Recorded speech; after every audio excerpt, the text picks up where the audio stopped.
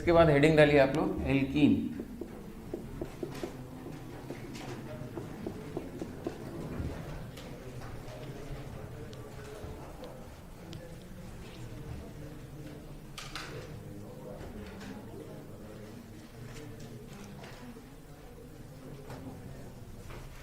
Alkene में method of preparation, method of preparation,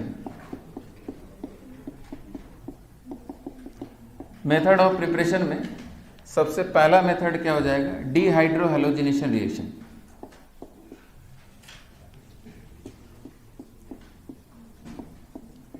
डीहाइड्रोहैलोजिनेशन reaction या इसी को बीटा एलिमिनेशन भी बोला जाता है, बीटा एलिमिनेशन।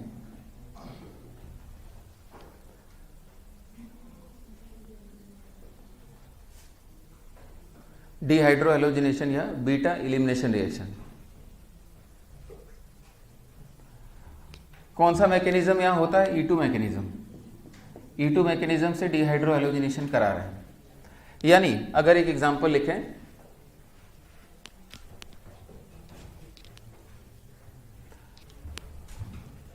ठीक है, एक सिंपल एग्जांपल अगर लिखा जाए,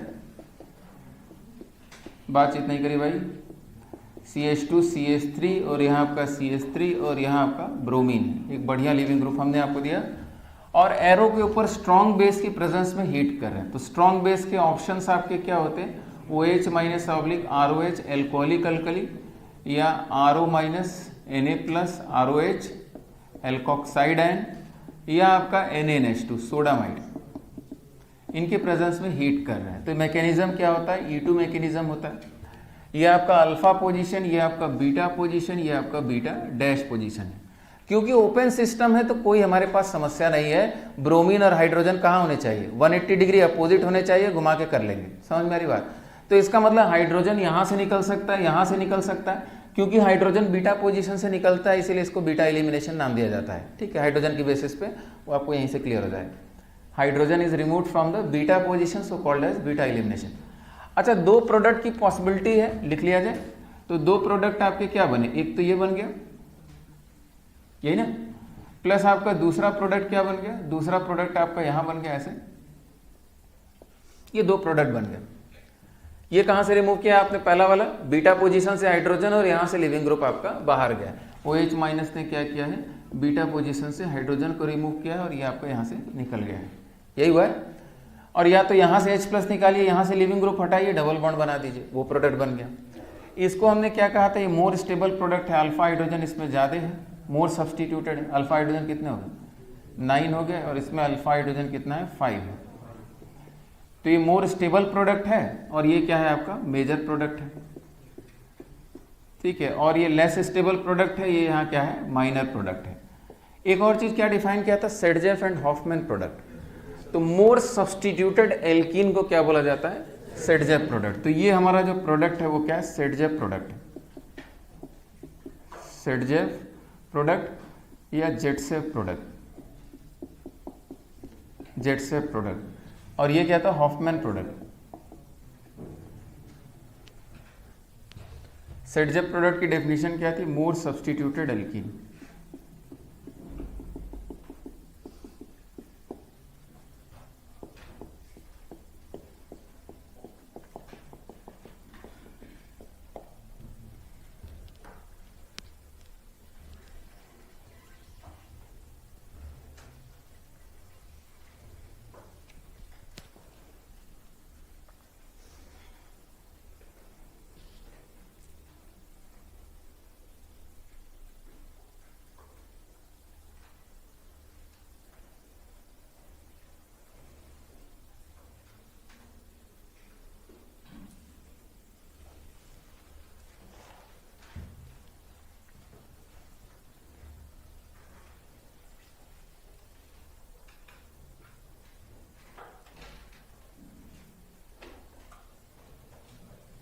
ठीक है, यहां तक हम लोग पढ़ चुके हैं। तो यहाँ सेडजेफ प्रोडक्ट क्या बना है आपका, मेजर प्रोडक्ट बना है, और सेडजेफ प्रोडक्ट मोर सब्सटीट्यूटेड प्रोडक्ट बना है, ठीक है। और ये मोर सब्सटीट्यूटेड प्रोडक्ट भी है, मोर स्टेबल प्रोडक्ट भी है, मेजर प्रोडक्ट भी है। ठीक है, और ये आपका हॉफमैन प्रोडक्ट है।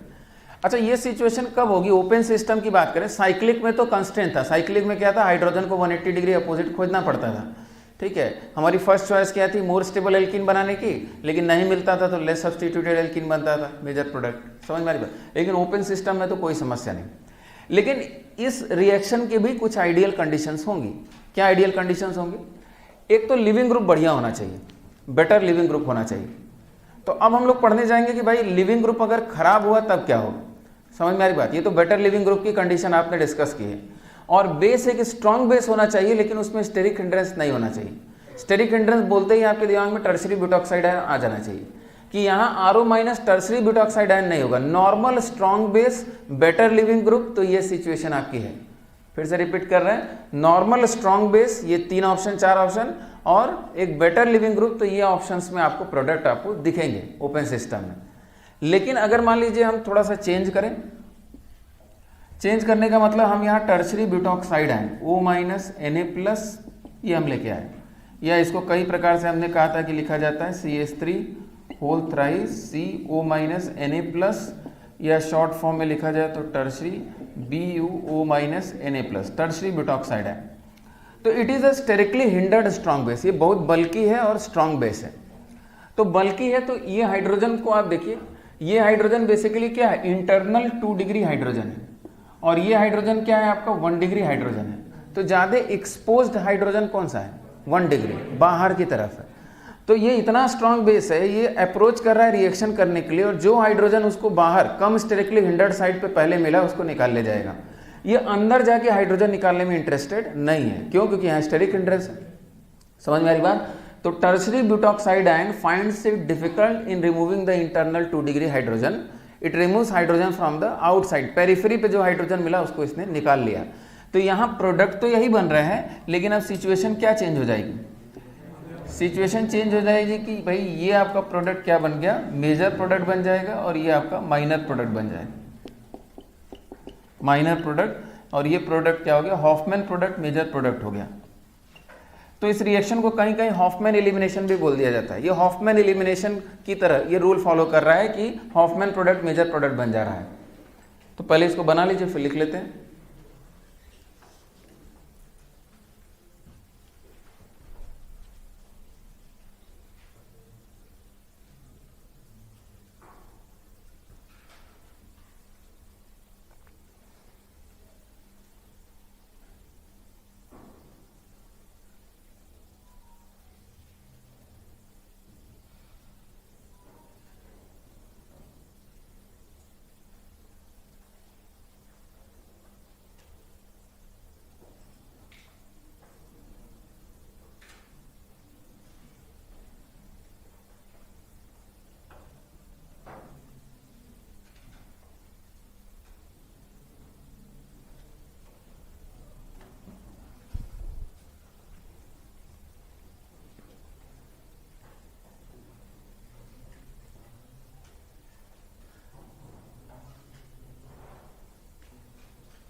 हो गया? तो फिर से समझिए कि स्टेरिक हिंड्रेंस करेंगे बेस में, एक एग्जांपल टर्शरी ब्यूटॉक्साइड आयन, तो हाइड्रोजन अंदर से निकलने की प्रोबेबिलिटी कम हो जाएगी। बाहर से हाइड्रोजन निकलना मतलब 1 डिग्री हाइड्रोजन निकलना, और less substituted alkene major product बनेगा। ठीक है, मेरे ख्याल से इसको लिखवाने की जरूरत नहीं, एक एग्जाम्पल से ही क्लियर है। ठीक है, तो टर्शरी ब्यूटॉक्साइड। अच्छा, कोई कहे इसमें क्वेश्चन पूछने का क्या क्या लॉजिक होता है? ये आपका ए हो गया, ये आपका बी हो गया। हॉफमैन और सेडजेफ की बात हो रही है। तो कोई कहे कि ए और बी में बी का परसेंटेज कब बढ़ने लगेगा? तो ऑब्वियस ही बात है कि भाई टर्शरी ब्यूटॉक्साइड आयन है, बी ज्यादा हो जाएगा ए के कंपैरिजन में। लेकिन इसमें और हिंड्रेंस करिए, ईटी और यहाँ भी इथाइल, यहाँ भी इथाइल, अब बी का परसेंटेज क्या होगा? और बढ़ जाएगा। समझ में आ रही बात? तो रिलेटिव इसका स्टेरिक हिंड्रेंस बढ़ाते चले जाइए और प्रोडक्ट आपका बढ़ता चला जाएगा। समझ में आ रही बात? तो कोई पूछे कि भाई हॉफमैन एल्कीन किस में मेजर प्रोडक्ट, किस में सबसे ज्यादा होगा? तो आप ऑप्शंस में देखिएगा, टर्शरी ब्यूटॉक्साइड आयन से भी ज्यादा स्टेरिक हिंड्रेंस अगर है तो उसमें और ज्यादा बढ़ जाएगा। ये क्लियर है? ठीक है, लेकिन हम लोग के लिए एक रेफरेंस केस क्या है? टर्शरी ब्यूटॉक्साइड आयन का ही है। अब इसका प्रैक्टिकल एप्लीकेशन हम लोग के लिए क्या होगा कि जैसे मान लीजिए हम अगर ब्यूटेन की बात करें, ब्यूटेन का सपोज हम लोग हेलोजिनेशन करा रहे हैं, मोनो हेलोजिनेशन, तो आपका स्ट्रक्चर क्या बन गया? यहाँ क्यों बनाया? क्योंकि हमको पता है मोर स्टेबल फ्री रेडिकल से मेजर प्रोडक्ट बनता है। अच्छा, भले ही हम क्लोरीनेशन भी क्यों ना कराते, हम लोग तो यही बनाते प्रोडक्ट, समझ में आ रही बात, उसमें डिफ्रेंशिएशन नहीं कर, अनलेस की रिएक्टिविटी रेशियो देख के आपको स्पेसिफिक सवाल पूछ रहा है, समझ में आ रही बात। और ब्रोमिनेशन में तो कोई टेंशन ही नहीं है, तो क्लोरीनेशन भी करते तो हम यही प्रोडक्ट मेजर बनाते हैं, ठीक है। रिएक्टिविटी वगैरह कैलकुलेट जब दिया जाता है तब किया जाता है। अब इससे कोई कहे कि नहीं हमको अब आगे जो प्रोडक्ट चाहिए हमको ये चाहिए, एक ये पॉसिबिलिटी, और दूसरी पॉसिबिलिटी क्या है कि भाई हमको ये चाहिए प्रोडक्ट। तो अगर हमको ये बनाना है तो हम क्या करेंगे, तो हम कहेंगे कि नॉर्मल स्ट्रॉन्ग बेस, ठीक है। नॉर्मल स्ट्रॉन्ग बेस मान लीजिए OH minus oblique ROH, alcoholic alkali के प्रेजेंस में हीट कर दिया, या CH3O माइनस CH3OH, समझ में आ रही बात। लेकिन अगर ये प्रोडक्ट चाहिए तो आप कहेंगे कि भाई हमको टर्सरी ब्यूटॉक्साइड आयन लेके आते हैं, ठीक है, और इसकी प्रेजेंस में हीट कर देंगे। तो यानी आपके पास उपाय हो गया कि ब्यूट 1 इन बनाना चाह रहे हैं कि ब्यूट 2 इन बनाना चाह रहे हैं, डबल बॉन्ड किनारे लगाना चाह रहे हैं तो उपाय ये हो गया, और बीच में लगाना चाहते हैं तो ये उपाय हो गया। कन्वर्जन में काफी काम आता है, ठीक है। बना लीजिए ऐसे इसको।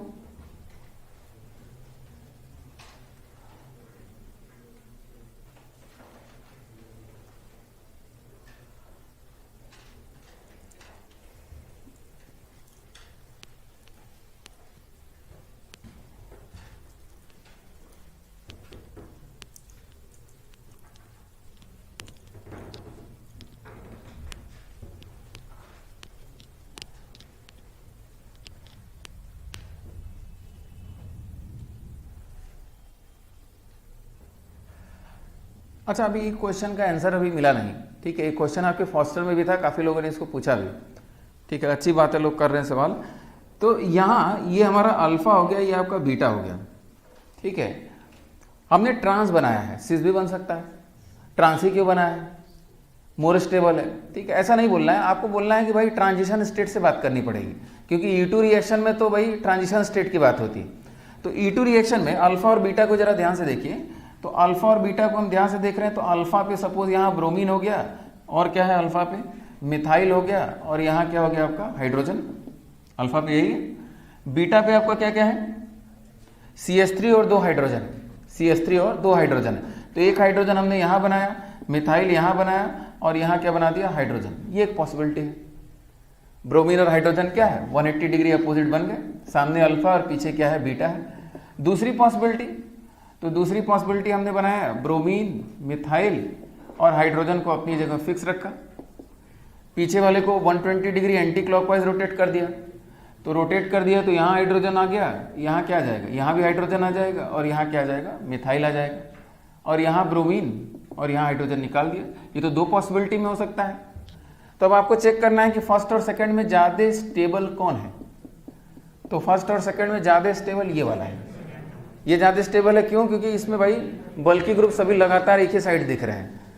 तो इसको आप हटाएंगे तो आपको दिखेगा मिथाइल मिथाइल अपोजिट है, ये ट्रांस स्ट्रक्चर बना है, जबकि ये स्ट्रक्चर क्या है सिस स्ट्रक्चर बना है। तो आप ट्रांजिशन स्टेट की स्टेबिलिटी से इसको बताएंगे, ठीक है। ये नहीं कि जैसे more stable alkene major product बनता है, लेकिन वो कब, जब इवन मैकेनिज्म की बात हो, जब कार्बोकैटायन बन गया हो, ठीक है, तब आप एकदम फ्री हैं कि भाई सबसे स्टेबल एल्कीन बना दीजिए, ट्रांस वाला बना दीजिए।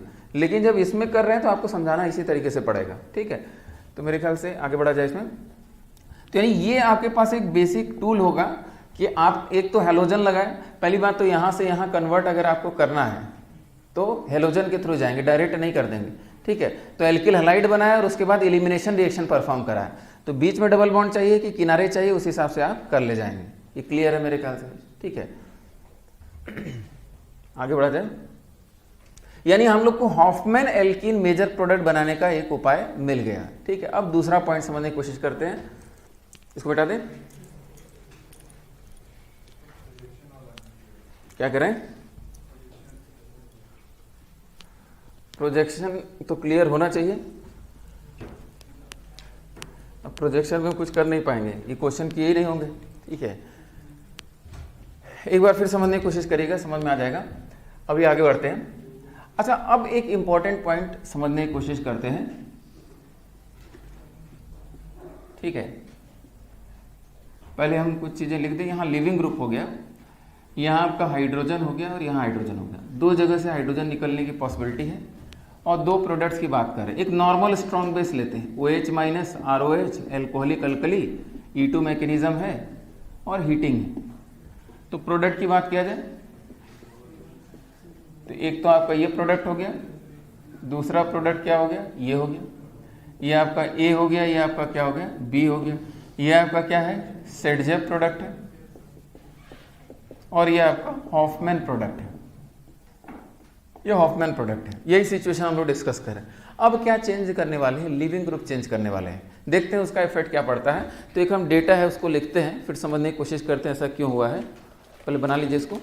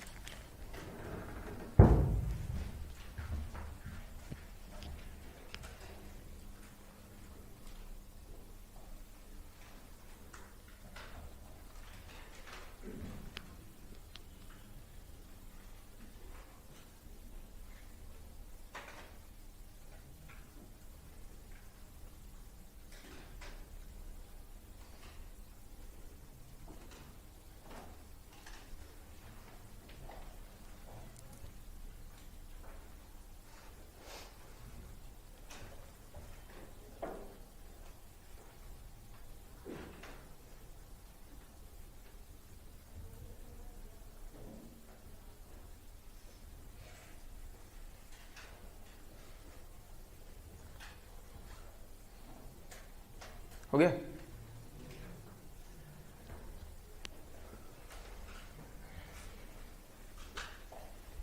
यहां एक ऑब्जर्वेशन हमको ये समझ में आया, जो ब्रोमीन वाला केस है वो पहला केस हम लोगों ने डिस्कस किया कि स्ट्रॉन्ग बेस है, bromine is a very good leaving group. तो आपको प्रोडक्ट क्या मिला, सेडजेफ 81%, वो 19%, बहुत बढ़िया, जो हम लोग का सोचा था वही हो रहा है। लेकिन लिविंग ग्रुप आपका फ्लोरीन हुआ, SR ट्वाइस प्लस हुआ या NMe थ्राइस प्लस हुआ, तो अचानक से क्या हुआ, सेडजेफ कम हो गया और हॉफमैन प्रोडक्ट बढ़ने लगा। और लास्ट केस में तो क्या, इन दोनों ही केसेस, तीनों ही केसेस में हॉफमैन मेजर और सेडजेफ क्या है, माइनर प्रोडक्ट हो गए। समझ में आई बात। अब इस चीज को हम लोग पढ़ेंगे भाई लिविंग, अच्छा कितने ऐसे ऑप्शन होंगे, तीन ही ऑप्शन है, इसमें दो इंपॉर्टेंट है सबसे ज्यादा, कि फ्लोरीन NR थ्राइस प्लस या SR ट्वाइस प्लस, ऐसे अगर लिविंग ग्रुप आपके पास हैं तो इस केस में हॉफमैन प्रोडक्ट क्या होता है, मेजर प्रोडक्ट होता है। नॉर्मल स्ट्रॉन्ग बेस लेके आए हैं तब पर भी ऐसा क्यों हो रहा है, इसको समझने की कोशिश करते हैं। ठीक है, तो पहले तो इन तीनों को आप अलग से याद रखेंगे। ठीक है, कि लिविंग ग्रुप के ऑप्शन में यहां अगर फ्लोरीन कर दिया है तब आपका प्रोडक्ट क्या है, हॉफमैन मेजर है, और सेडजेफ क्या है, माइनर प्रोडक्ट है। समझ में आ रही बात। तो इन तीनों को स्पेशली आप याद रखेंगे, समझने की कोशिश करते हैं ऐसा क्यों हुआ।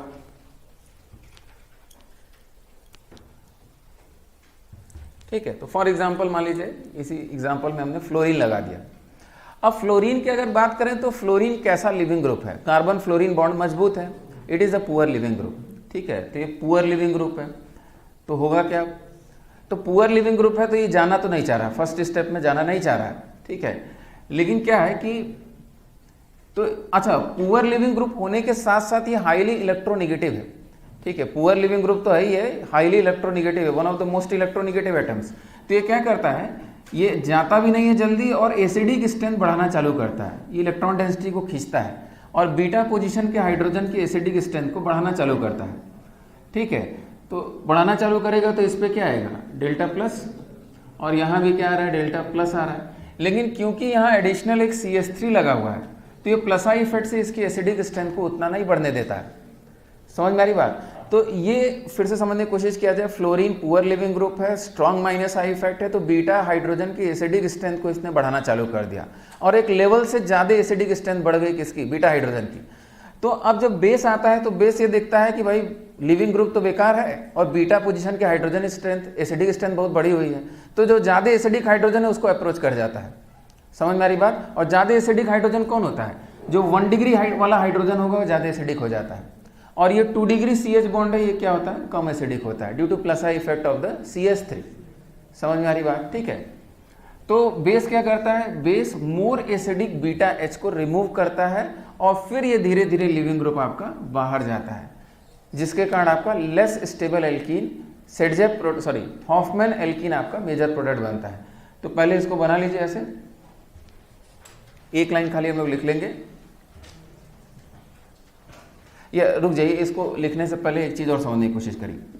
जैसे किसी भी चीज को एक्सप्लेन करने के कई तरीके होते हैं, ठीक है। ये एक तरीका हो गया कि बीटा हाइड्रोजन की एसिडिक स्ट्रेंथ बढ़ गई, मोर एसिडिक बीटा एच जाएगा तो 1 डिग्री वाला CH बॉन्ड ज्यादा एसिडिक हो गया, उसको आपने रिमूव किया और आपका प्रोडक्ट बन गया। दूसरा एक्सप्लेनेशन क्या आता है कि इस टाइप के मैकेनिज्म में, ठीक है, जैसे यहाँ टेंडेंसी एक तरीके की क्या आ गई कि भाई ये H+ के रूप में निकलना चाह रहा है, क्यों, क्योंकि इसने एसिडिक स्ट्रेंथ बढ़ा दी। तो ये E1CB की तरह सोचिए। तो E1CB में क्या होता था, मोर एसिडिक हाइड्रोजन को रिमूव किया, निगेटिव चार्ज है, बॉन्ड फॉर्मेशन किया, निकल गया E1CB। लेकिन ये E1CB रिएक्शन नहीं है, लेकिन उसके डायरेक्शन में पहुंच चुका है, उसके बॉर्डर लाइन पे पहुंच चुका है। तो E2 के बाद की कंडीशन क्या होगा इसमें, एक्सट्रीम E1CB हुई, लेकिन E1CB में नहीं गया है, लेकिन E1CB के बॉर्डर पे पहुंच गया। तो बॉर्डर पे पहुंचने का मतलब कि ये हाइड्रोजन H+ के रूप में जाना चाह रहा है, ये बॉन्ड इधर टूटना चाह रहा है, तो यहाँ डेल्टा माइनस चार्ज आ रहा है। समझ में आ रही बात, H+ के रूप में निकलने की टेंडेंसी है और डेल्टा माइनस चार्ज आ रहा है, ठीक है। तो इसको बोला जाता है कार्बेनाइन कैरेक्टर आया। और फिर आपने क्या किया, बेस ने आपका मोर एसिडिक हाइड्रोजन को रिमूव किया है और फिर फाइनली ये रिमूव हो गया और आपका बॉन्ड फॉर्मेशन हो गया। तो बेसिकली इस मैकेनिज्म में क्या हुआ है कि ट्रांजिशन स्टेट में कार्बेनाइन कैरेक्टर डोमिनेट करता है, और जब कार्बेनाइन कैरेक्टर डोमिनेट करता है तब क्या होता है, हॉफमैन एल्कीन मेजर प्रोडक्ट बनता है। लेकिन इससे पहले वाले जो मैकेनिज्म होते थे उनको अगर अलग से हम लिखें कि कार्बन कार्बन, यहाँ आपका ब्रोमीन लिविंग ग्रुप हो गया, यहाँ कार्बन हो गया, यहाँ भी आपका कार्बन हो गया, यहाँ से आपका हाइड्रोजन, इनके ट्रांजिशन स्टेट में एल्कीन कैरेक्टर डोमिनेट करता है। एल्कीन कैरेक्टर डोमिनेट करने का मतलब ये हुआ कि बेस क्या करता है, B- इस हाइड्रोजन को निकालता है और यहाँ डबल बॉन्ड कैरेक्टर बनना शुरू भी हो जाता है। समझ में आ रही बात। और डबल बॉन्ड कैरेक्टर बनना शुरू हो गया ट्रांजिशन स्टेट में, तो कहाँ बनेगा, जहाँ ज़्यादा स्टेबल एल्कीन बनेगा तो वहाँ बनना शुरू हो जाता है। तो फिर से समझने की कोशिश करिए कि इसकी जो ट्रांजिशन स्टेट थी उसमें एल्कीन कैरेक्टर डोमिनेट करता है। कब, जब लिविंग ग्रुप बेटर होता है और स्ट्रॉन्ग बेस अप्रोच करता है। लेकिन जब लिविंग ग्रुप पुअर होता है, स्ट्रॉन्ग माइनस आई इफेक्ट होता है, तो उसमें जो ट्रांजिशन स्टेट होती है उसमें कार्बेनाइन कैरेक्टर डोमिनेट करता है। और जब भी कार्बेनाइन कैरेक्टर डोमिनेट करेगा आपको क्या बनेगा, हॉफमैन एल्कीन मेजर प्रोडक्ट बनेगा। और जब एल्कीन कैरेक्टर डोमिनेट करेगा तो ये मोर स्टेबल एल्कीन बनाना चाहेगा। समझ में आ रही बात, ठीक है। तो पहले लिख लीजिए, नेक्स्ट क्लास में यहीं से एक्सप्लेन करेंगे, ठीक है। तो मोर एल्कीन कैरेक्टर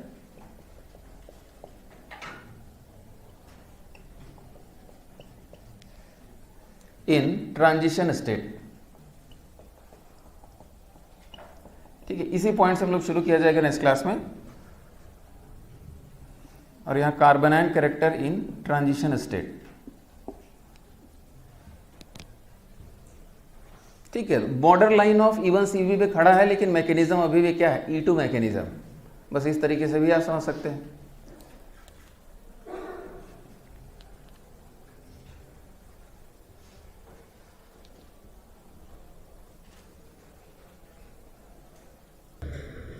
एक स्टेटमेंट लिख लीजिए,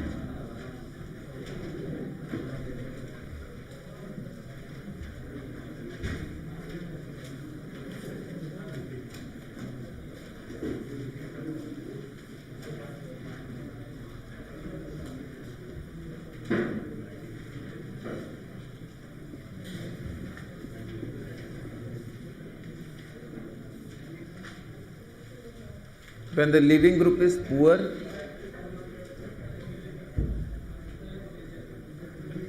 when the living group is poor with strong minus I effect,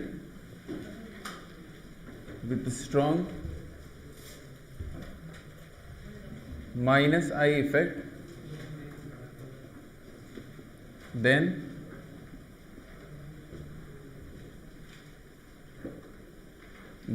during E2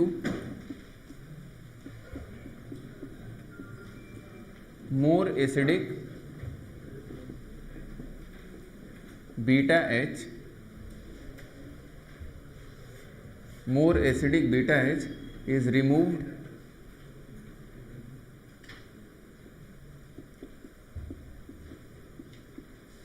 to form major product।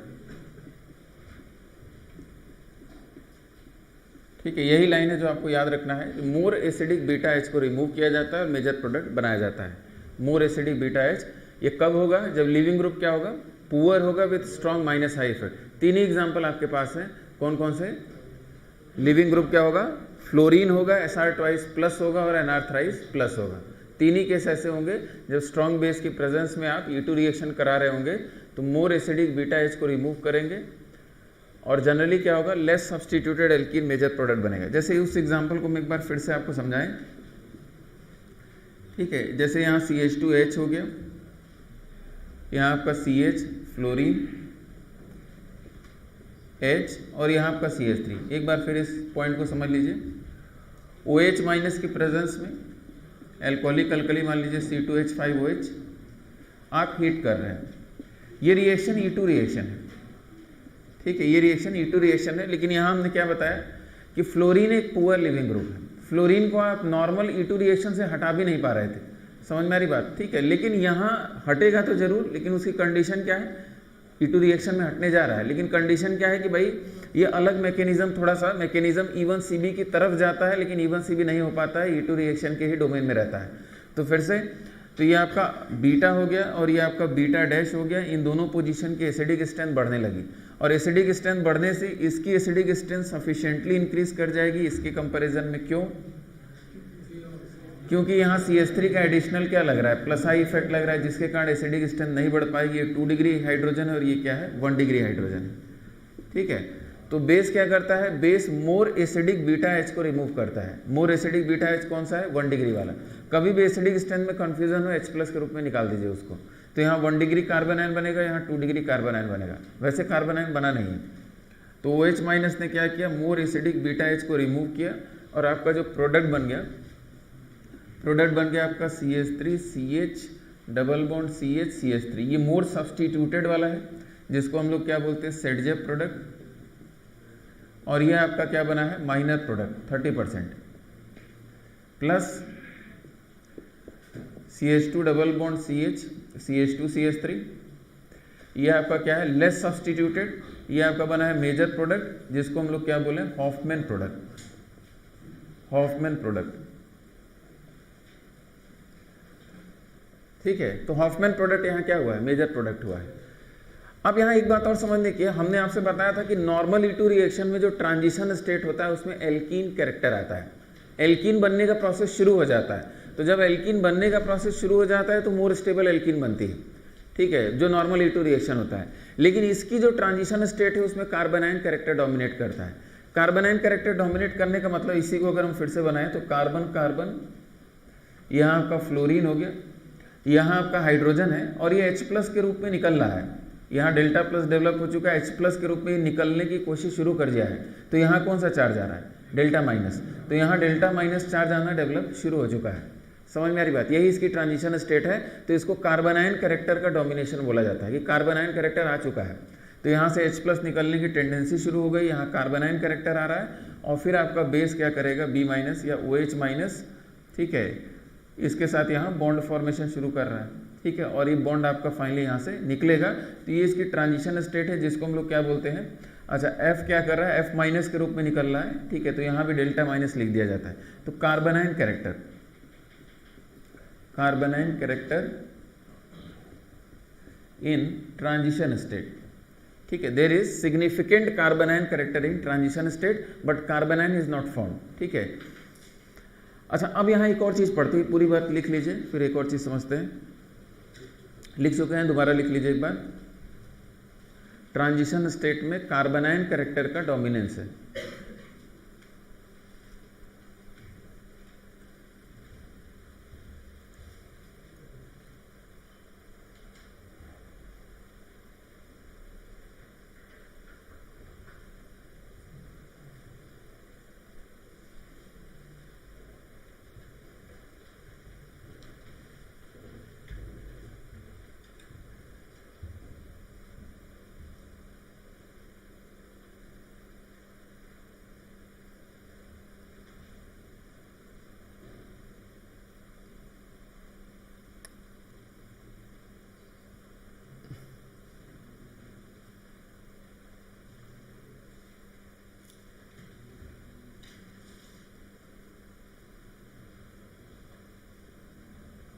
अच्छा, अब यहाँ एक और कंसेप्ट समझने की कोशिश करिए, थोड़ा जल्दी बनाइए।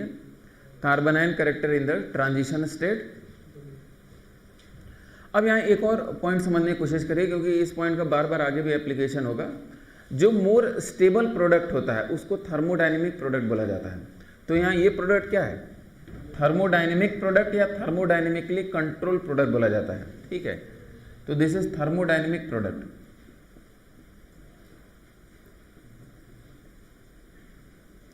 थर्मोडायनेमिक प्रोडक्ट या थर्मोडायनेमिकली कंट्रोल प्रोडक्ट, टीसीपी बोला जाता है। टीसीपी थर्मोडायनेमिकली कंट्रोल प्रोडक्ट, एक ही बात। उसी प्रकार से इसको बोल रहे हम लोग काइनेटिक प्रोडक्ट। काइनेटिक प्रोडक्ट या काइनेटिकली कंट्रोल प्रोडक्ट, केसीपी। ठीक है, तो काइनेटिक प्रोडक्ट या काइनेटिकली कंट्रोल प्रोडक्ट और थर्मोडायनेमिक प्रोडक्ट या थर्मोडायनेमिकली कंट्रोल प्रोडक्ट। ठीक है, तो इस चीज को हमेशा याद रखेंगे। जो मोर स्टेबल प्रोडक्ट होता है वो क्या है? थर्मोडायनेमिक प्रोडक्ट, और लेस स्टेबल प्रोडक्ट क्या है यहाँ? Kinetic product. अच्छा, अंतर क्या है फिर से समझने की कोशिश करिए। जो जल्दी बन जाए वो क्या है? काइनेटिक प्रोडक्ट है, जो जल्दी बन जाए। और थर्मोडायनेमिक प्रोडक्ट लेट में बनेगा लेकिन वो ज़्यादा स्टेबल होगा। अब इसको ग्राफ से अगर समझा जाए, रिलेटिव एनर्जी के ग्राफ से समझा जाए, ठीक है, तो यहाँ अगर हम फिर से रिलेटिव एनर्जी की बात करें, रिलेटिव एनर्जी, यहाँ हमारा क्या है? रिएक्टेंट और क्या है? बेस है। तो रिएक्टेंट प्लस आपका बेस, ठीक है, ये मान लीजिए उसकी पॉइंट है। रिएक्टेंट प्लस आपका बेस हो गया। अच्छा, अब यहाँ समझने की कोशिश करिए कि बेस ज़्यादा तेजी से कहाँ से H+ निकालेगा? यहाँ से। क्यों ज़्यादा तेजी से निकाल रहा है? क्योंकि यहाँ क्या है? मोर डेल्टा प्लस है, यहाँ से बहुत तेजी से निकाल दे रहा है। लेकिन यहाँ से निकालेगा तो ज़्यादा स्टेबल एल्कीन बनेगा। लेकिन यहाँ से निकालने के लिए तब उसको ज़्यादा एनर्जी चाहिए, क्योंकि ज़्यादा कंफर्टेबल क्या है? यहाँ से निकाल ले। ज़्यादा एनर्जी देंगे तब यहाँ से आपका हाइड्रोजन निकलेगा। ठीक है, तो अगर आप इसका ग्राफ बनाएं, ठीक है, तो एक ग्राफ अगर हम बनाएं, एक ग्राफ ये हमने रिप्रेजेंट किया, ठीक है, और दूसरा ग्राफ हम ये रिप्रेजेंट करें, समझने की कोशिश करिएगा अंतर। ठीक है, तो यहाँ ये जो प्रोडक्ट है, ये प्रोडक्ट क्या है? काइनेटिकली कंट्रोल प्रोडक्ट है, और ये क्या है? थर्मोडायनेमिकली कंट्रोल प्रोडक्ट है। यानी इसको अगर हम ए बोल दें और ये आपका क्या हो गया? बी हो गया है। तो ये वाला ग्राफ किसके लिए बनाया हमने? बी के लिए बनाया है, और ये वाला ग्राफ किसके लिए है? ए के लिए है। तो यहाँ से आपको समझ में आ रहा है कि भाई यहाँ अगर एक्टिवेशन एनर्जी की बात करें, ठीक है, यहाँ से अगर मान लीजिए हम यहाँ से एक्टिवेशन एनर्जी को मेजर करें, यहाँ से, ठीक है, तो ये एक्टिवेशन एनर्जी आपको दिख रही है, ये किसकी एक्टिवेशन एनर्जी है? ए की। ए हो गया, और ये वाली एक्टिवेशन एनर्जी किसकी है? ए बी की है। ठीक है, ये आपका क्या हो गया? ए बी की हो गई। तो फिर से यानी क्लियर हो गया आपको, एक्टिवेशन एनर्जी किसकी ज़्यादा है? एक्टिवेशन एनर्जी थर्मोडायनेमिक प्रोडक्ट की क्या है? ज़्यादा है। लेकिन बन कौन मेजर प्रोडक्ट रहा है? काइनेटिक प्रोडक्ट ज़्यादा बन रहा है। क्यों? क्योंकि उसकी एक्टिवेशन एनर्जी क्या है? कम है, लेकिन प्रोडक्ट क्या है हमारा? Less stable. ये पॉइंट क्लियर हुआ मेरे ख्याल से। ठीक है, बना लीजिए।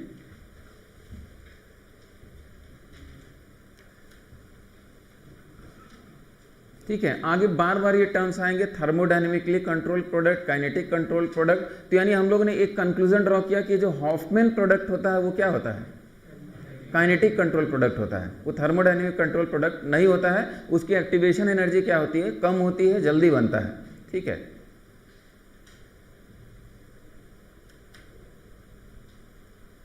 लिख लीजिए। Hoffman product is kinetically controlled product.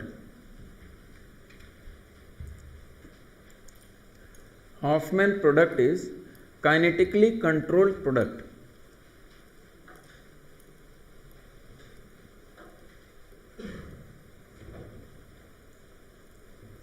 Hoffman product is kinetically controlled product. चलिए, एक बार आपने समझ लिया, आगे भी काफ़ी काम आएगा। अच्छा, दूसरा एग्जाम्पल हम लोग का क्या था? दूसरा एग्जाम्पल भी हम लोग लिख लेते हैं। यहाँ हम लोग के पास क्या था? NR thrice plus. NR thrice plus तो एक एग्जाम्पल ले लें। यहाँ CH3 और आपका CH3, यहाँ आपका प्लस हो गया। यहाँ फिर से वही बात, एक स्ट्रॉन्ग बेस लिया हमने, OH- (ROH) या C2H5OH। हीट कर रहे हैं, तो यहाँ आपका क्या हो गया, ये आपका अल्फा हो गया, ये आपका बीटा हो गया। कौन सा हाइड्रोजन जा रहा है, बीटा वाला हाइड्रोजन जा रहा है, ये आपका बीटा डैश है क्योंकि ये क्या है, मोर एसिडिक है। प्रोडक्ट फिर से वही, ठीक है, इसमें बहुत कुछ नहीं लिखेंगे हम लोग का, काफ़ी डिफरेंस था, लेकिन काफ़ी डिफरेंस था। ये आपका मेजर प्रोडक्ट हो गया था विच इज़ हॉफमैन एल्कीन, और ये आपका क्या हो गया था, माइनर प्रोडक्ट हो गया था। ये भी एग्जांपल बनाइए जल्दी से।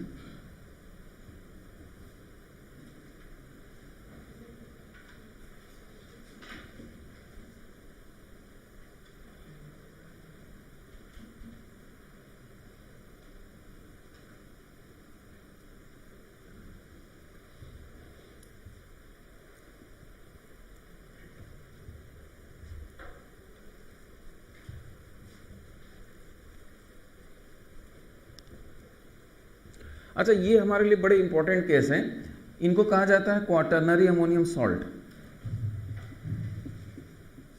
Quaternary ammonium salt, quaternary ammonium salt होते हैं, ठीक है। तो फिर से जरा देखा जाए, हमने आपको पहले ही बताया था कि कार्बन नाइट्रोजन बॉन्ड किधर टूटना चाह रहा है, टुवर्ड द नाइट्रोजन। लेकिन ये लिविंग ग्रुप कैसा है, लिविंग ग्रुप बढ़िया लिविंग ग्रुप नहीं है। क्यों?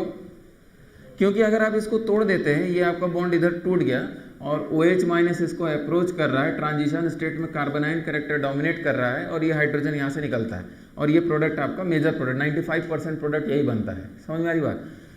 तो लेकिन निकलने के बाद ये बेस कैसा है, tertiary base NCH3 whole thrice. समझ में आ रही बात? प्लस बेस क्या निकला है आपका, NCH3 होल थ्राइस। तो ये बेस कैसा है, स्ट्रॉन्ग बेस है। स्ट्रॉन्ग बेस मतलब ये पुअर लिविंग ग्रुप है। तो पहली कंडीशन तो फुलफिल हो गई, पुअर लिविंग ग्रुप है। और दूसरी कंडीशन क्या दिख रही है हम लोग को, दूसरी कंडीशन ये दिख रही है कि भाई it is a very strong minus I effect. Minus I effect इसका क्या, एक्स्ट्रॉर्डनरी, माइनस आई की सीरीज में नंबर 1 पे है। तो माइनस आई इफेक्ट जबरदस्त है, पुअर लिविंग ग्रुप है, तो इसकी एसिडिक स्ट्रेंथ बहुत ज़्यादा बढ़ा दिया। तो क्लियर कट आपको ये मेजर प्रोडक्ट के रूप में देखने को मिलता है। अच्छा, अगर कोई आपसे कहे कि भाई कौन कौन से फैक्टर हैं जो इसको मेजर प्रोडक्ट के रूप में ले आ रहे हैं, इस गिवन एग्जाम्पल में कौन कौन से फैक्टर हैं, तो एक फैक्टर तो आपने बोल दिया कि भाई पुअर लिविंग एबिलिटी, दूसरा factor strong minus I effect, तीसरा फैक्टर क्या बोला जा सकता है, एसिडिटी ऑफ बीटा एच काफ़ी ज़्यादा इंक्रीज कर जा रही है, ये भी आप एसोसिएट कर रहे हैं, ठीक है। एक और फैक्टर स्टेरिक हिंड्रेंस का फैक्टर भी होता है। स्टेरिक हिंड्रेंस का फैक्टर मतलब ये लिविंग ग्रुप अपने आप में क्या है, बहुत बड़ा हो गया है। तो बहुत बड़ा हो गया तो अपने आप में मॉलिक्यूल में क्या आ चुका है, स्टेरिक हिंड्रेंस आ चुका है। तो ऑब्वियस सी बात है, स्टेरिक हिंड्रेंस आया तो लेस स्टेरिकली हिंडर्ड साइड से आप हाइड्रोजन निकालना चाहेंगे। ये पॉइंट समझ में आ रहा है? तो इस गिवन एग्जांपल में स्टेरिक हिंड्रेंस का फैक्टर भी कंट्रीब्यूट करता है हॉफमैन प्रोडक्ट के लिए, यानी ढेर सारे फैक्टर्स हैं। समझ में आ रही बात? ठीक है, तो इस पॉइंट को लिख लीजिएगा। एडिशनल जो फैक्टर है खाली उसको लिख रहे हैं, स्टेरिक फैक्टर also contributes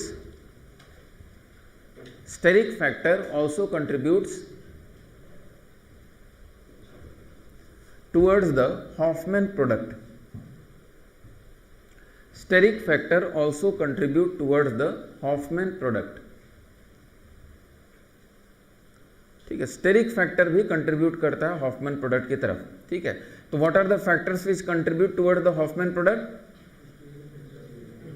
तो एक तो इंपॉर्टेंट फैक्टर क्या हो गया, पुअर लिविंग एबिलिटी, दूसरा क्या है, स्ट्रॉन्ग माइनस आई इफेक्ट, तीसरा acidity of the beta hydrogen is increase, और चौथा फैक्टर क्या है, स्टेरिक फैक्टर। इसीलिए इतना ज्यादा आपको गैप देखने को मिल रहा है, 95% देखने को मिल गया। क्लियर है? ठीक है, तो ये मेरे ख्याल से अब क्वाटर्नरी अमोनियम सॉल्ट को फिर से समझा जाए, क्योंकि आपको सबसे ज्यादा यही एग्जाम्पल मिलेंगे हॉफमैन एलिमिनेशन में, क्वाटर्नरी अमोनियम सॉल्ट। ठीक है, तो सबसे पहले देखा जाए कि क्वाटर्नरी अमोनियम सॉल्ट बनता कैसे है। तो इसके लिए हम लोग एक रिएक्शन लिखेंगे, क्योंकि इसको पूरा कंप्लीट ही कर लिया जाए, इसके सारे क्वेश्चन एक ही जगह पे कर लिए जाए। तो हम लोग सबसे पहले एक रिएक्शन लिखते हैं, अमोनोलिसिस रिएक्शन। अमोनोलिसिस रिएक्शन, ठीक है, ये अमीन चैप्टर का रिएक्शन है, मेथड ऑफ प्रिपरेशन ऑफ अमीन में पहला ही रिएक्शन आता है। तो व्हाट इज अमोनोलिसिस? तो इसका डेफिनेशन है cleavage of CX bond by ammonia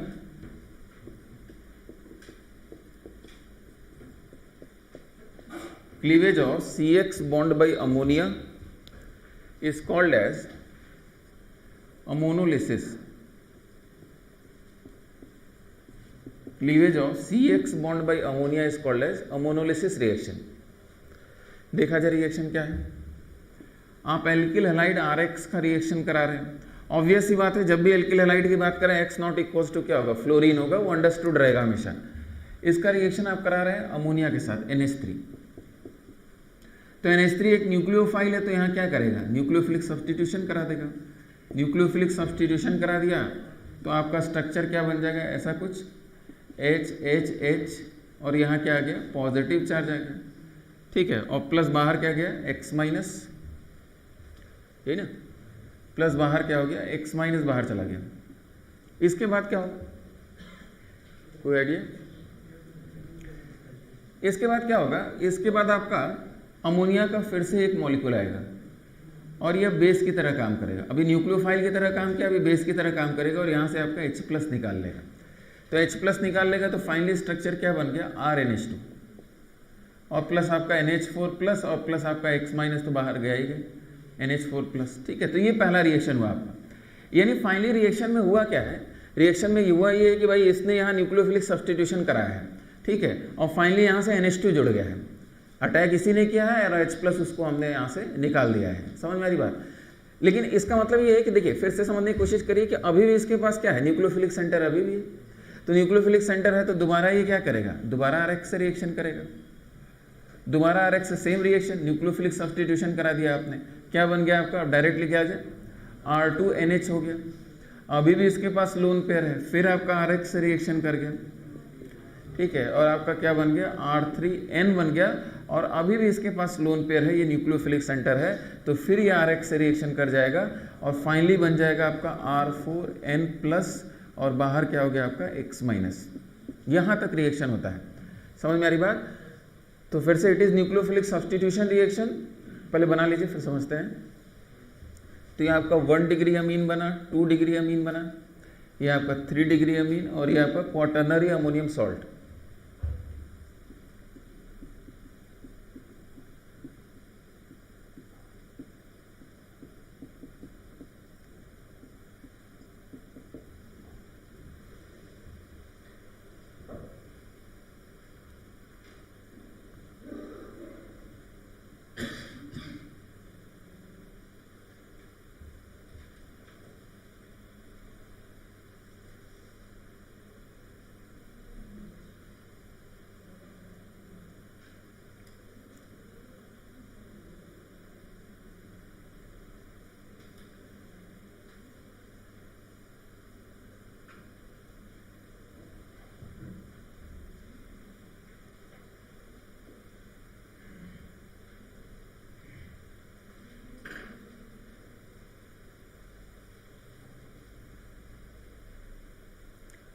ठीक है, बहुत सिंपल तरीके से समझिएगा कि यहाँ नाइट्रोजन न्यूक्लियोफाइल है, न्यूक्लियोफिलिक सब्स्टिट्यूशन किया, जब तक नाइट्रोजन के पास लोन पेयर है तब तक RX के साथ न्यूक्लियोफिलिक सब्स्टिट्यूशन कराते रहिए, ठीक है, और क्वाटर्नरी अमोनियम सॉल्ट तक पहुँच गया, ये फाइनल रिएक्शन हुआ।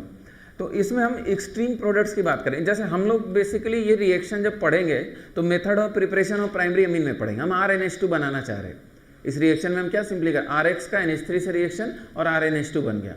तो इसको मेजर प्रोडक्ट के रूप में अगर ऑब्टेन करना है तो आप क्या करेंगे, क्या उपाय करेंगे? तो आप अमोनिया को एक्सेस में लेंगे in comparison to RX। RX ज़्यादा होगा तो वो बार बार रिएक्शन करेगा, जैसा आपने एल्केन में कंसेप्ट पढ़ा था। समझ में आ रही बात? एग्जैक्टली वही। तो what is the drawback of ammonolysis reaction, NCERT का क्वेश्चन है। तो ड्रॉबैक यही है कि मिक्सचर मिलता है हमको, 1 डिग्री 2 डिग्री 3 डिग्री और क्वाटर्नरी में सॉल्ट मिल जाता है। और कैसे ओवरकम करेंगे? Ammonia should be taken in excess in comparison to RX। तो लिख लेते हैं डिसएडवांटेज, डिसएडवांटेज शॉर्ट में ही लिखा जाए तो डिसएडवांटेज अमोनोलिसिस का क्या है कि mixture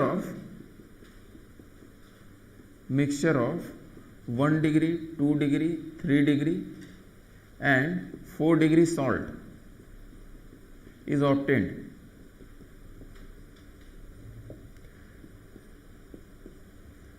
obtained to obtain primary amine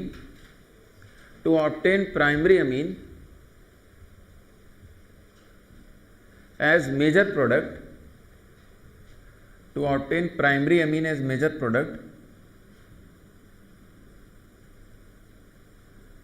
ammonia should be taken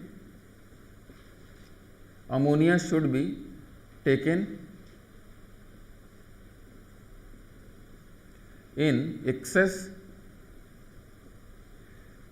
in comparison to Rx.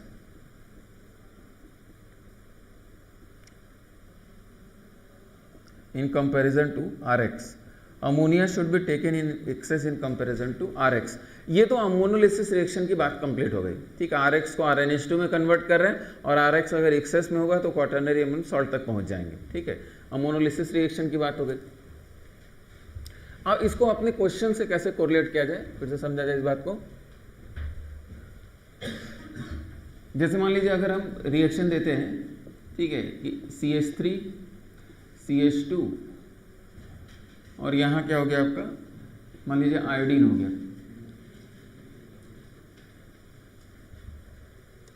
ठीक है, या मान लीजिए ऐसे दे रहे हैं, यहाँ आपका NH2 हो गया और इसका रिएक्शन हम करा रहे हैं CH3 CH2I से, CH3 CH2I और एक्सेस दिया हुआ है, तो क्या करेंगे जरा बताइए। एक्सेस दिया हुआ है तो बार बार रिएक्शन कराएंगे, और बार बार रिएक्शन कराएंगे तो वही बात, ये न्यूक्लियोफाइल है, न्यूक्लियोफिलिक सेंटर है, बार बार रिएक्शन कराएंगे तो फाइनली आपका क्या बन जाएगा, तो ET4N प्लस और बाहर क्या हो जाएगा X माइनस, मतलब I माइनस होगी। ये क्वाटरनरी अमोनियम सॉल्ट बन गया। इसको एग्जॉस्टिव एल्काइलेशन बोला जाता है, ठीक है, हॉफमैन एग्जॉस्टिव एल्काइलेशन बोला जाता है। तो लिख लेते हैं, रिएक्शन बेसिकली क्या है, Hofmann exhaustive alkylation, Hofmann exhaustive alkylation.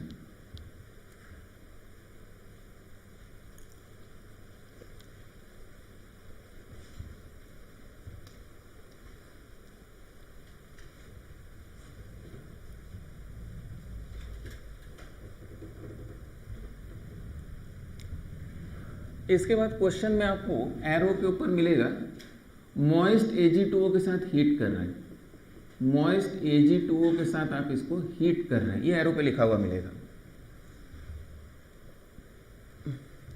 Moist Ag2O का मतलब होता है Ag2O प्लस आपका H2O, ये आपस में रिएक्शन करेंगे और 2AgOH का फॉर्मेशन करेंगे, तो मॉइस्ट Ag2O का मतलब ये होता है, ठीक है। तो मॉइस्ट Ag2O का मतलब फाइनली क्या हुआ, AgOH के साथ हीट कर रहे हैं, ये पॉइंट क्लियर हुआ।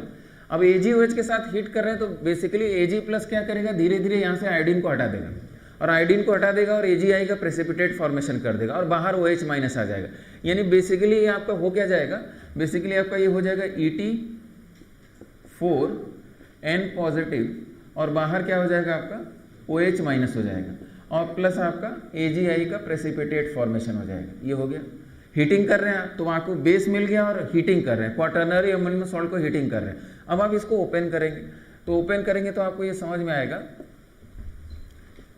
कि ये बेसिकली क्या है, कार्बन कार्बन, ठीक है। सभी को ओपन कर सकते हैं या किसी एक को भी ओपन कर लेंगे तो अपने आप समझ में आ जाएगा। यहाँ पॉजिटिव, यहाँ ये अल्फा हो गया, ये आपका बीटा हो गया, यहाँ आपका हाइड्रोजन है और OH माइनस क्या करेगा, बीटा पोजीशन से हाइड्रोजन को निकालेगा और ये बॉन्ड इधर टूट जाएगा, क्योंकि इसमें एक ही टाइप का हाइड्रोजन है, कोई दिमाग लगाना है नहीं। बीटा पोजीशन से हाइड्रोजन निकल रहा है और ये लिविंग ग्रुप टूट रहा है, क्योंकि बेसिक मीडियम में हीट कर रहे हैं तो एलिमिनेशन की कंडीशन है ना।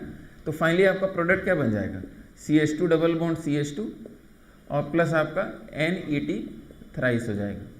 ये समझ में आया, पहले लिखिए फिर समझिए इसको, ठीक है। हम लोग को ये भी सीखना है ना क्वेश्चन किस प्रकार से पूछा जाएगा, ठीक है। ये तो समझ में आ गया कि भाई नाइट्रोजन पे पॉजिटिव चार्ज बॉन्ड टूटता है नाइट्रोजन की तरफ, लेकिन वो क्वेश्चन होगा कैसे।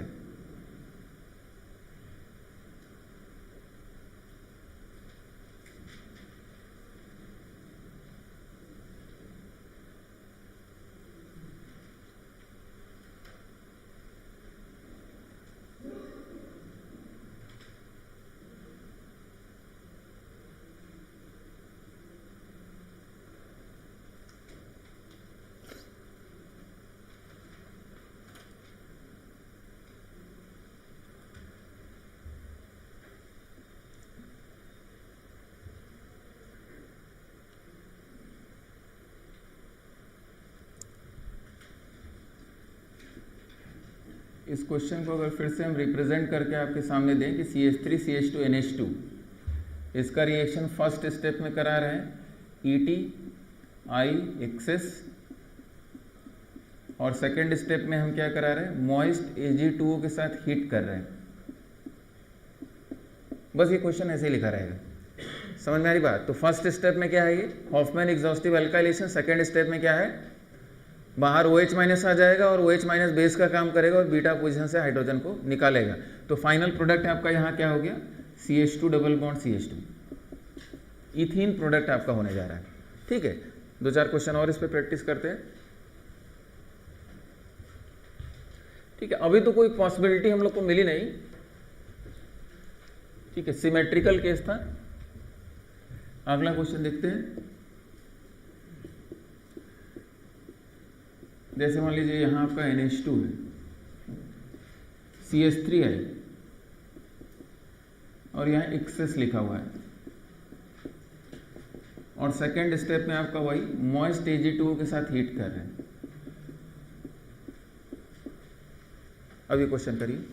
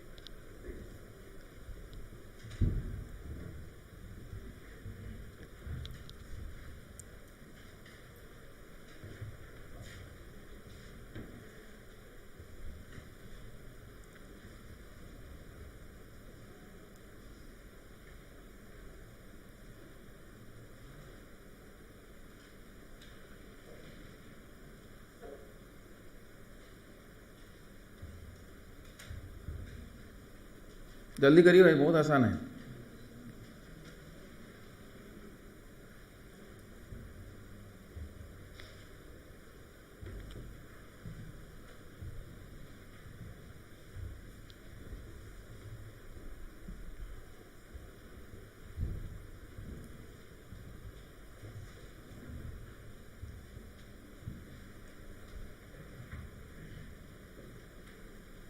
हो गया।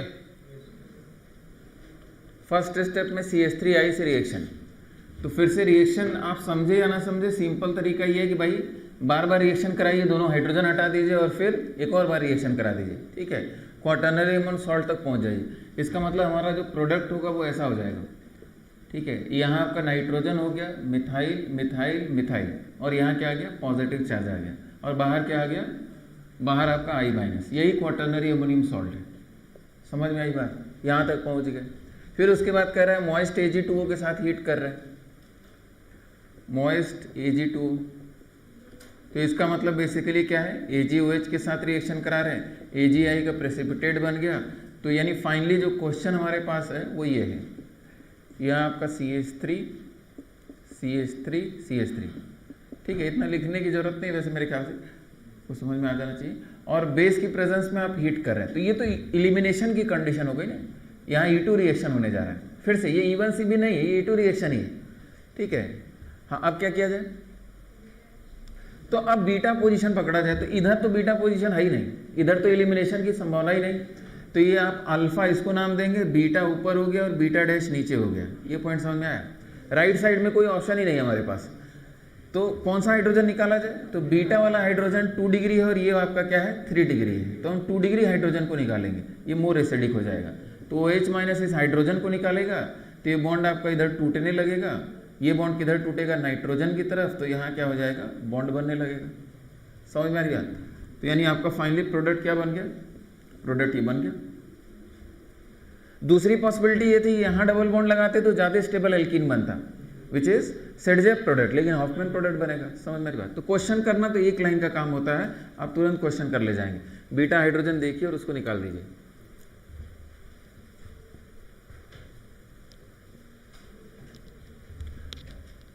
ठीक है, कई प्रकार से लोग इसमें क्वेश्चन बनाते हैं।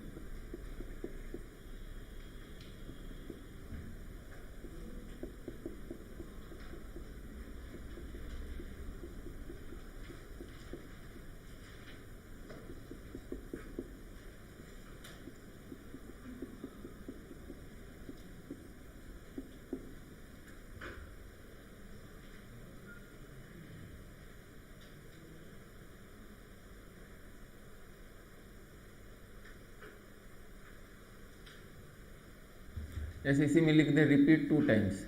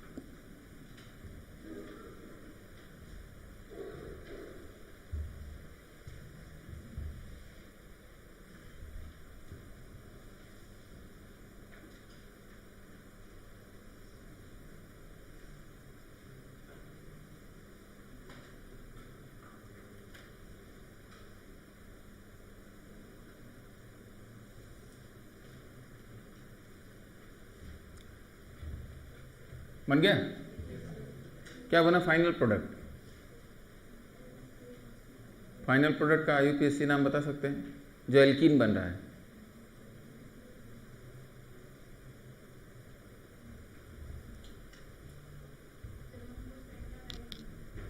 1,4-पेंटाडाइईन।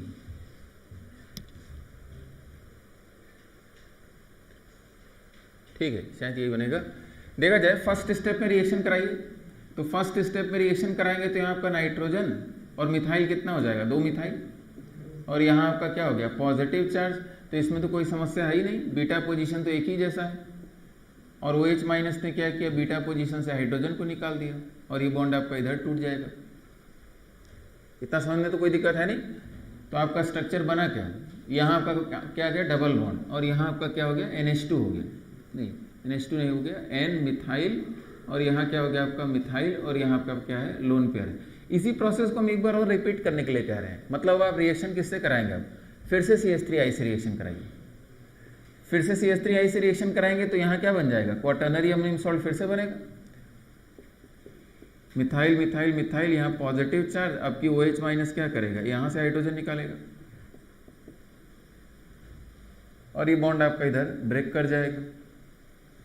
और फाइनली आपका यहाँ डबल बॉन्ड था ही, तो आपका स्ट्रक्चर क्या बन जाएगा? ये बन जाएगा 1 2 3 4 5।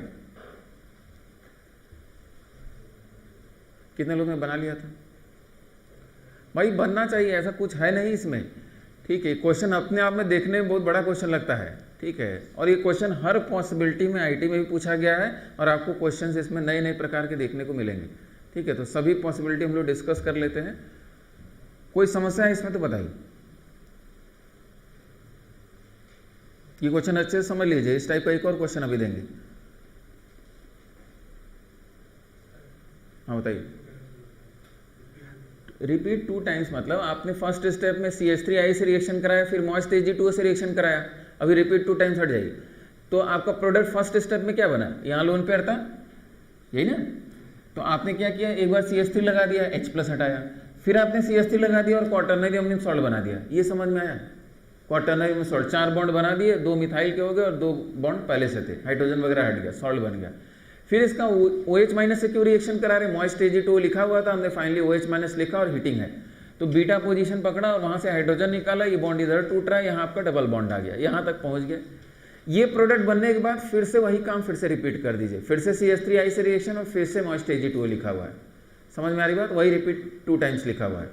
तो प्रोडक्ट बनने के बाद एक बार फिर से मॉइस्ट Ag2O लेके आए, CH3I लेके आए, फिर मॉइस्ट Ag2O लेके आए। ये आपका फर्स्ट स्टेप हो गया और सेकेंड स्टेप में आपका मॉइस्ट Ag2O।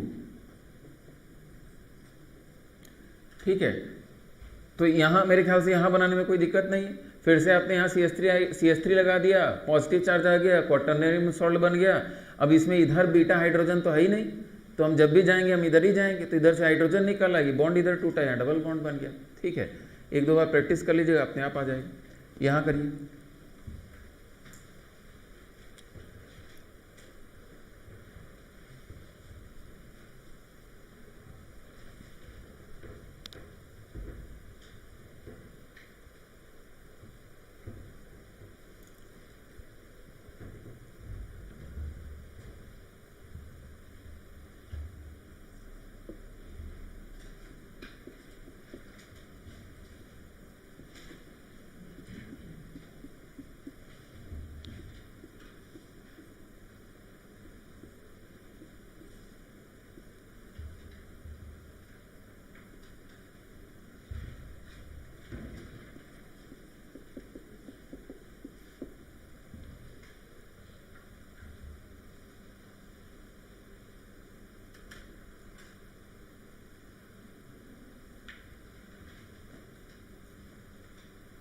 यहाँ क्या करेंगे जरा देखिए। तो फिर से नाइट्रोजन पे पॉजिटिव चार्ज, कार्बन नाइट्रोजन का बॉन्ड टुवर्ड द नाइट्रोजन टूटने वाला है, ये बॉन्ड दिमाग में रखिएगा। यहाँ पॉजिटिव चार्ज है तो कार्बन का bond toward the positive charge टूटने वाला है। तो आपको करना क्या है, एलिमिनेशन की कंडीशन है, तो बीटा पोजीशन से हाइड्रोजन चाहिए आपको। तो चेक किया जाए, ये आपका अल्फा पोजीशन, ये आपका बीटा पोजीशन, यहाँ क्या है आपका हाइड्रोजन, ये सिमेट्रिकल है, ये अल्फा ये बीटा, यहाँ भी हाइड्रोजन है, लेकिन इसको हम नहीं निकालेंगे क्योंकि ये 3 डिग्री CH बॉन्ड है, ये 2 डिग्री CH बॉन्ड है। समझ में आ रही बात? तो आपने बेस ने क्या किया, बेस ने इसको OH माइनस H+ को यहाँ से निकाला। ठीक है, हम यहाँ पे लिखते हैं। ठीक है, इसमें कभी कभी लोग थोड़ा दिक्कत आता है। यहाँ आपका हाइड्रोजन, यहाँ आपका नाइट्रोजन है, तो क्वेश्चन काफ़ी आसान। यहाँ आपका पॉजिटिव चार्ज, फिर से समझने की कोशिश करिए। OH माइनस यहाँ से H+ निकाल रहा है, तो ये बॉन्ड आपका टूट रहा है, ये बॉन्ड भी टूट रहा है, किसकी तरफ, नाइट्रोजन की तरफ, और ये दोनों बॉन्ड टूट रहे हैं, तो यहाँ क्या बन रहा है, बॉन्ड फॉर्मेशन हो रहा है।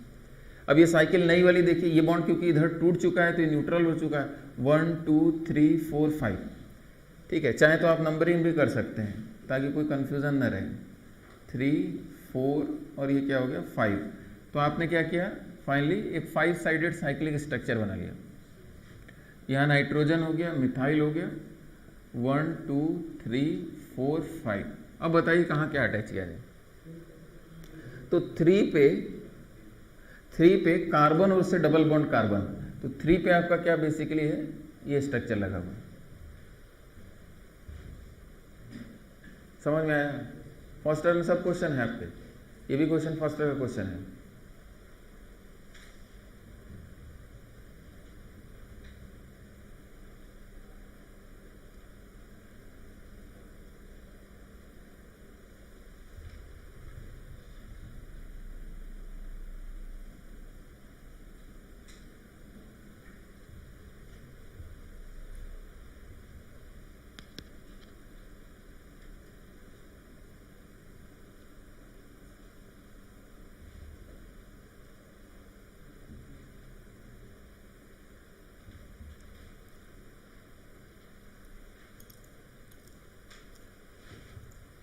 ठीक है, तो इसमें जितनी भी पॉसिबिलिटी के क्वेश्चन है सब हम लोग क्लास में कर लेंगे।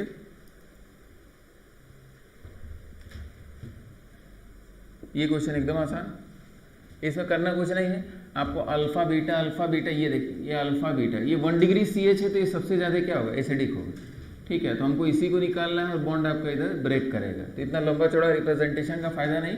प्रोडक्ट आपका बेसिकली क्या है, इथीन है, प्रोडक्ट आपका इथीन बन रहा है। ये क्लियर है? ठीक है, तो आपको सबसे एसिडिक हाइड्रोजन पहचानना था, वो आप पहचान ले जाएंगे। ठीक है, इसके अलावा एक और क्वेश्चन अगर दें, सबका सही आना चाहिए भाई। फर्स्ट स्टेप में CH3 आई एक्सेस, सेकेंड स्टेप में मॉइस्ट Ag2O,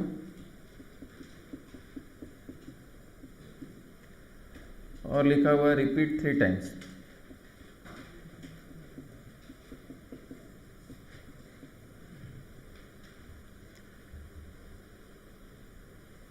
सभी का आंसर आना चाहिए भाई।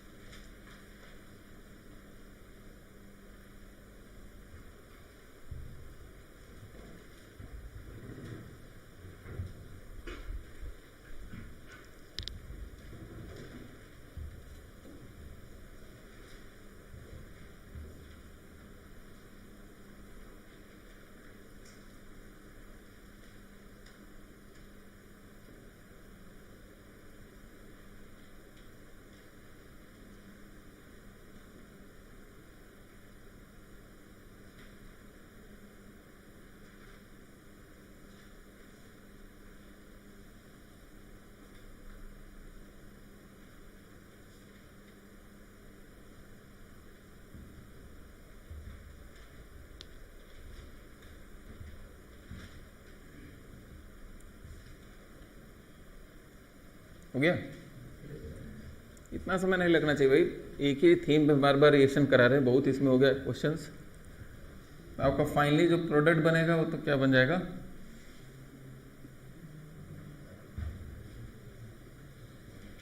ऐसा कुछ, ठीक है। फर्स्ट स्टेप में आपका क्या बना, फर्स्ट स्टेप में आपका नाइट्रोजन, यहाँ आपका मिथाइल, यहाँ पॉजिटिव चार्ज हो गया।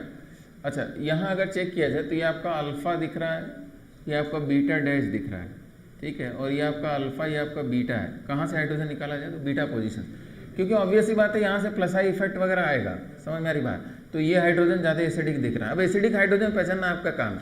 दिक्कत जहाँ भी हो रही है H+ निकाल के सोच लीजिए, यहाँ पे निगेटिव चार्ज H+ निकाल के बनाया और यहाँ बनाया तो यहाँ इसका प्लस आई इफेक्ट ज़्यादा ट्रेवल करेगा, तो इसका मतलब ये हाइड्रोजन ज़्यादा एसिडिक है, ठीक है।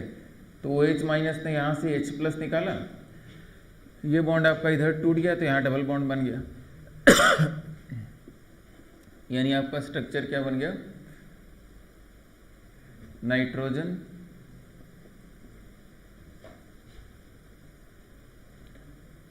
ये कुछ गलत बनाया क्या, ठीक है चलिए यहाँ बनाते हैं, शायद गलत बनाए। फिर क्या किया जाए, एक और मिथाइल हो गया और एक और यहाँ क्या आ गया, पॉजिटिव चार्ज आ गया। फिर से वही बात, यहाँ से आप हाइड्रोजन निकाल लीजिए, OH- यहाँ से H+ निकाल लेगा और ये बॉन्ड आपका इधर टूट गया। ये गलत बनाया गया, देखा जाए ये बॉन्ड आपका इधर टूटा, यहाँ डबल बॉन्ड है, ठीक है। अच्छा ये गलत बना रहे हैं, ये बॉन्ड टूटेगा ना, हाँ ये बॉन्ड आपका टूटेगा और यहाँ क्या आएगा, बॉन्ड फॉर्मेशन, डबल बॉन्ड आ जाएगा, ठीक है। शॉर्ट में ही लिखा जाए तो आपका स्ट्रक्चर फाइनली क्या बन गया, यहाँ आपका नाइट्रोजन 2 मिथाइल,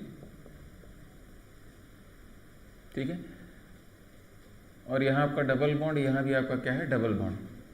अब क्या हो जाएगा, एक और मिथाइल लगा दीजिए, यहाँ आपका पॉजिटिव चार्ज, ये आपका अल्फा, यहाँ आपका बीटा हो गया, यहाँ से आप हाइड्रोजन निकाल लीजिए और OH- यहाँ से H+ निकालेगा, यानी फाइनली क्या बन जाएगा, ये बन जाएगा ना। अब ठीक है,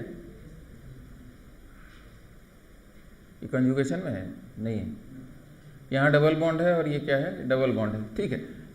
अब आप जैसे भी करिए भाई, प्रैक्टिस करके करिए। काफ़ी बढ़िया सवाल एक माना जाता है इसका कि 3 टाइम्स रिपीट कर दे, इससे ऊपर आपको सवाल नहीं मिलेगा, ठीक है। आपने एक बेसिक थीम पकड़ा, 1-2 बार प्रैक्टिस किया, क्वेश्चन में कुछ नहीं है, ठीक है। हाँ क्वेश्चन कहाँ से शुरू कर रहा है, ये आपका सीधे सीधे अमोनोलिसिस रिएक्शन से शुरू करता है, वहाँ से क्वाटरनरी में salt, moist Ag2, moist Ag2 का मतलब समझ में आ गया, क्वेश्चन आप कर ले जाएंगे। 2-4 सेट क्वेश्चन है इसके,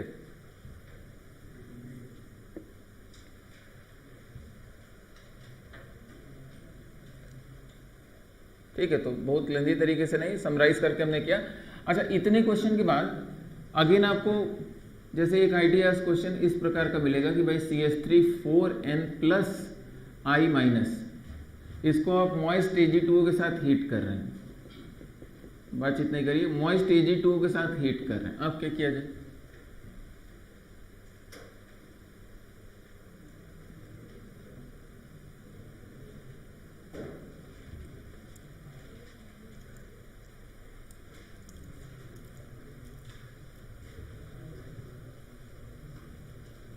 बातचीत नहीं करी भाई, क्वेश्चन लिखिए, अपना अप्रोच लिखिए, उसमें कैसे किया जाए।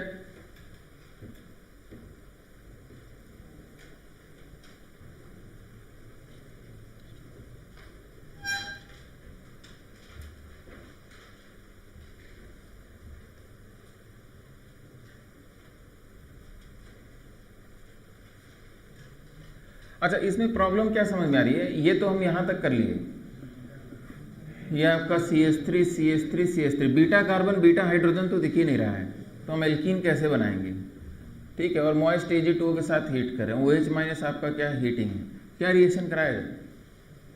तो एक तो ऑप्शन है कि नो रिएक्शन, ठीक है, लेकिन दूसरा एक और ऑप्शन है, क्या हो जाएगा, OH- न्यूक्लियोफाइल की तरह बिहेव करे और लिविंग ग्रुप को बाहर निकालेगा, समझ में आ रही बात। तो डायरेक्ट लिविंग ग्रुप को ही बाहर निकालेगा। ये आइडियल कंडीशन किसकी है, ये E2 रिएक्शन की कंडीशन दे रहे हैं, लेकिन ये ग्रुप किस प्रकार का है, CH3L है, ये है ना CH3L, ये लिविंग ग्रुप है, इसको L बना लिया। तो CH3L में एक ही प्रकार का रिएक्शन होता है स्ट्रॉन्ग न्यूक्लियोफाइल के प्रेजेंस में, वो क्या है, SN2 रिएक्शन है। तो यहाँ आपका SN2 रिएक्शन के अलावा कोई पॉसिबिलिटी नहीं है और आपका प्रोडक्ट क्या हो जाएगा, CH3OH। ठीक है, तो यहाँ तक दिमाग लगा के तो ITS क्वेश्चन में आपको सवाल मिलेंगे कि in absence of beta hydrogen OH minus will act as nucleophile and reaction will be SN2 reaction. ठीक है, लिख सकते हैं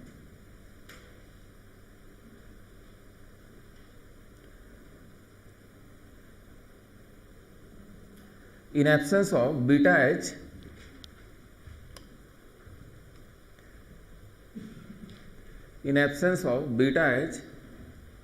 OH minus acts as nucleophile. In absence of beta H OH minus acts as nucleophile. OH minus nucleophile की तरह काम करेगा।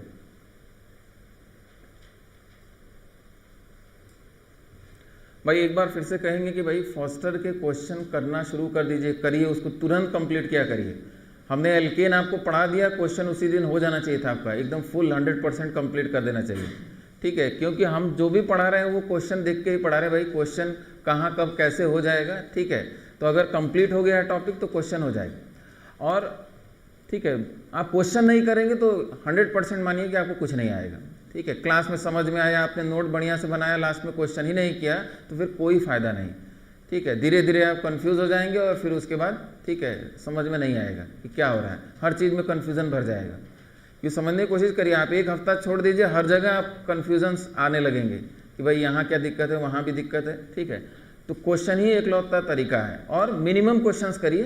ठीक है, बहुत ज़्यादा करने की जरूरत नहीं, फॉस्टर के क्वेश्चन करिए, जेईई मेंस के 3 साल के क्वेश्चन कर लीजिए, बस आपका काम हो गया। समझ मेरी बात? ठीक है, और 100% है कि भाई एग्जाम पे क्वेश्चन हो जाएंगे, उसमें कहीं कुछ रखा ही नहीं है। ठीक है,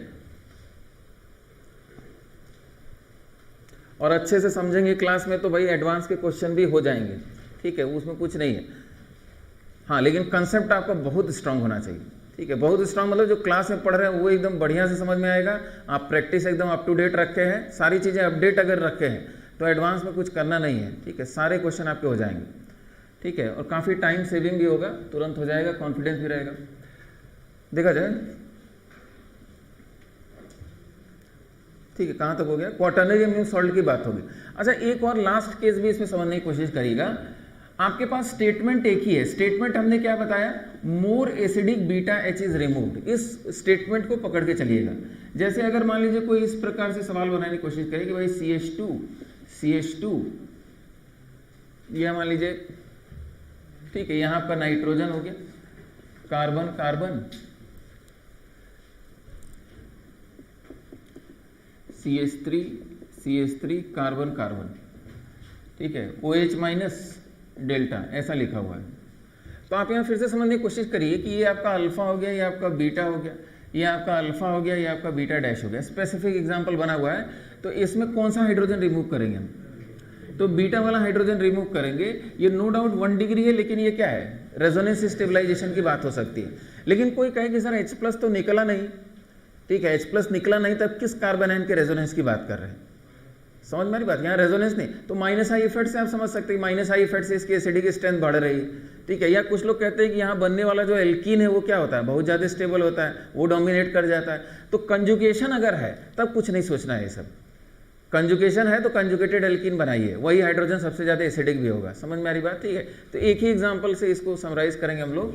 तो more acidic beta H remove करने की प्रॉपर्टी यहाँ भी होल्ड करती है। ठीक है, और आपका प्रोडक्ट क्या हो जाएगा, कंजुगेटेड सिस्टम बन जाएगा। ठीक है, तो फिर से वही बात, मोर एसिडिक बीटा एच रिमूव करेंगे, एक ही लाइन आपके पास है। ठीक है, तो जनरली हमेशा क्या बनता है, हॉफमैन प्रोडक्ट बनता है। लेकिन यहाँ ध्यान देखिए तो ये क्या बन गया, सेडजेफ बन गया। क्यों? ये ज़्यादा सब्सटीट्यूटेड है, ये क्या है, लेस सब्सटीट्यूटेड है।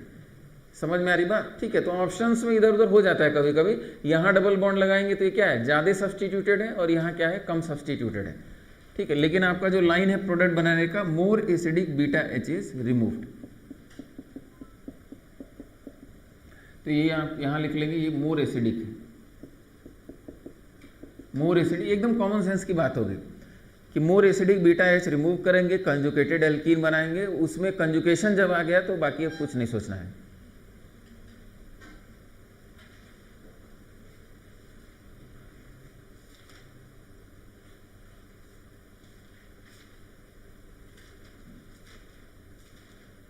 अच्छा, ऐसे एग्जाम्पल भी आपको मिलेंगे नहीं, ठीक है, बहुत रेयर एग्जाम्पल है। क्यों? क्योंकि जो क्वाटरनरी अमोनियम सॉल्ट का हीटिंग इफेक्ट है मॉइस्ट Ag2O के साथ, उसको हॉफमैन एलिमिनेशन में ही पढ़ा जाता है, ठीक है, वो टॉपिक ही हॉफमैन एलिमिनेशन का होता है और हमारा कोशिश क्या होता है उसमें, less substituted alkene major product बनाने का, ठीक है। तो इसीलिए आपको जब भी क्वेश्चन पूछेगा कि भाई जितनी पॉसिबिलिटी में क्वेश्चंस थे वो हमने आपको पहले ही करा दिए, और कुछ चेंज भी करता है तो आपका लाइन वही है, more acidic beta H is remove to form the major product. तो ये क्वाटरनरी अमोनियम सॉल्ट की बात एकदम कंप्लीट हो गई। और अमोनोलिसिस रिएक्शन भी पढ़ा दिया हम लोगों ने। ये method of preparation of alkene का पहला रिएक्शन हुआ। पहला रिएक्शन हम लोगों ने क्या पढ़ा, इलिमिनेशन रिएक्शन, E2 रिएक्शन, ठीक है। तो E2 रिएक्शन में हर तरीके से चीजें पढ़ चुके हैं। E2 रिएक्शन में क्या क्या पढ़ लिया हम लोगों ने, नॉर्मल स्ट्रॉन्ग बेस होगा तब क्या करेंगे, स्टेरिकली हिंडर्ड स्ट्रॉन्ग बेस होगा तब क्या करेंगे, लिविंग ग्रुप खराब हो जाएगा तब क्या करेंगे। समझ में आ रही बात, सारे केसेस आपने अलग अलग करके पढ़ लिए हैं। और E2 reaction kinetic isotopic effect show करता है, ये सब बातें हम लोग पहले ही लिख चुके हैं, ठीक है। तो उसमें और साइक्लिक सिस्टम में E2 का प्रोडक्ट कैसे बनाते हैं सारी पॉसिबिलिटी उसमें देख चुके हैं, एंटी एलिमिनेशन वाली बात, ठीक है। तो इसमें कुछ भी बचा नहीं है। सेकेंड रिएक्शन देखते हैं, very important, acid catalyse dehydration of alcohol. Acid catalysed dehydration of alcohol.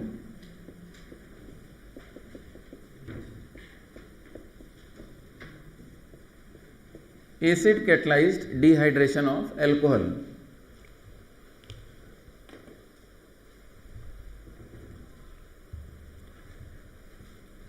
ये एल्कोहल का बेसिकली रिएक्शन है और एल्कोहल का बड़ा इंपॉर्टेंट रिएक्शन है, acid catalysed dehydration of alcohol.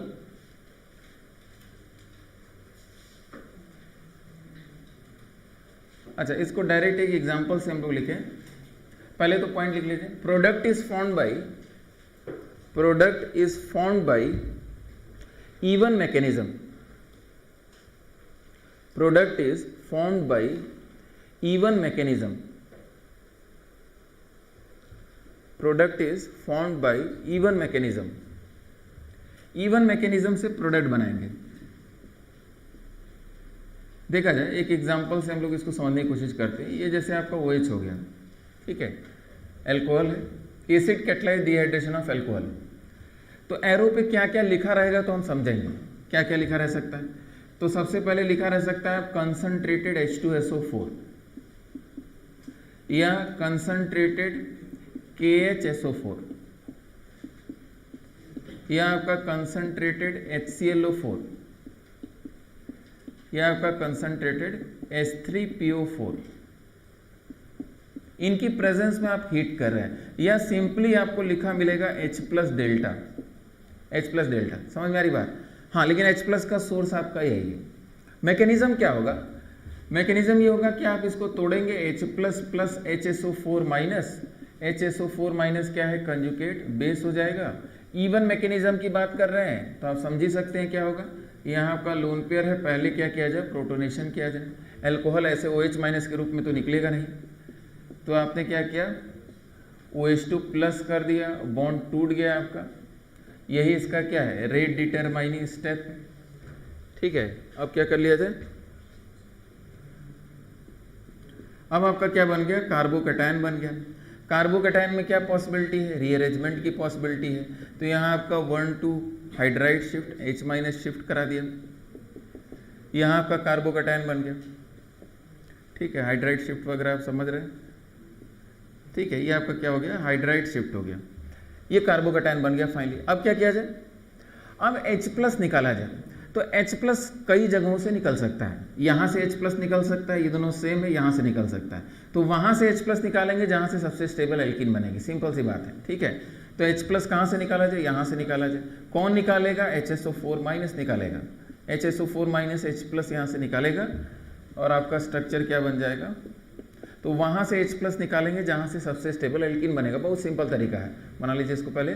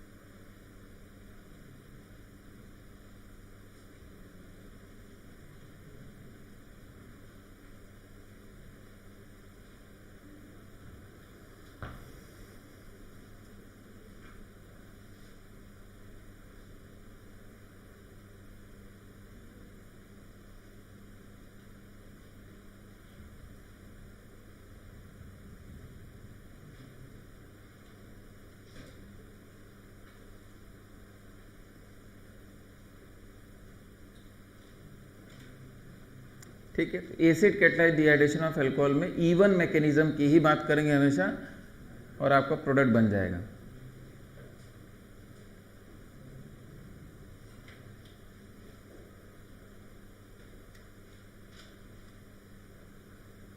अच्छा, H+ वहां से निकला जहां से सबसे स्टेबल क्या बन रहा है, एल्कीन बन रहा है, यानी सबसे ज़्यादा सब्सटीट्यूटेड एल्कीन आपको दिखेगा।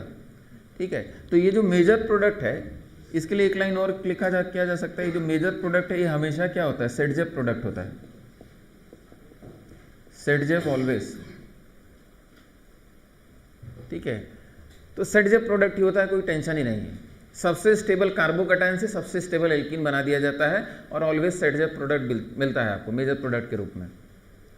ठीक है, तो इसमें कोई टेंशन नहीं। अच्छा, क्वेश्चन की क्या क्या पॉसिबिलिटी हो सकती है, इसमें काफ़ी अच्छे सवाल बनते हैं। ठीक है, आपके सामने एकदम सिंपल प्रोसेस है, लेकिन क्वेश्चंस बहुत अच्छे बनते हैं और हर प्रकार से ITR सेक्शन में आपको क्वेश्चंस दिखेंगे। ठीक है, जैसे इसमें अगर मान लीजिए ये आपके सामने एल्कीन है, जैसे एक तो पॉसिबिलिटी की बात की जाए कि पॉसिबल एल्कीन कौन कौन से बन सकते हैं, पॉसिबल प्रोडक्ट्स, तो इसका पॉसिबल प्रोडक्ट पूछेगा तो जितने कार्बोकैटायन बीच में बने हैं सब प्रोडक्ट देंगे।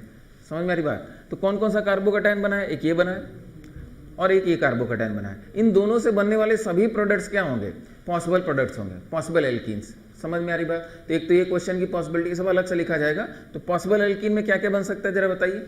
तो डबल बॉन्ड यहाँ लग गया और डबल बॉन्ड यहाँ लग गया, इसमें दो पॉसिबिलिटी हो गई।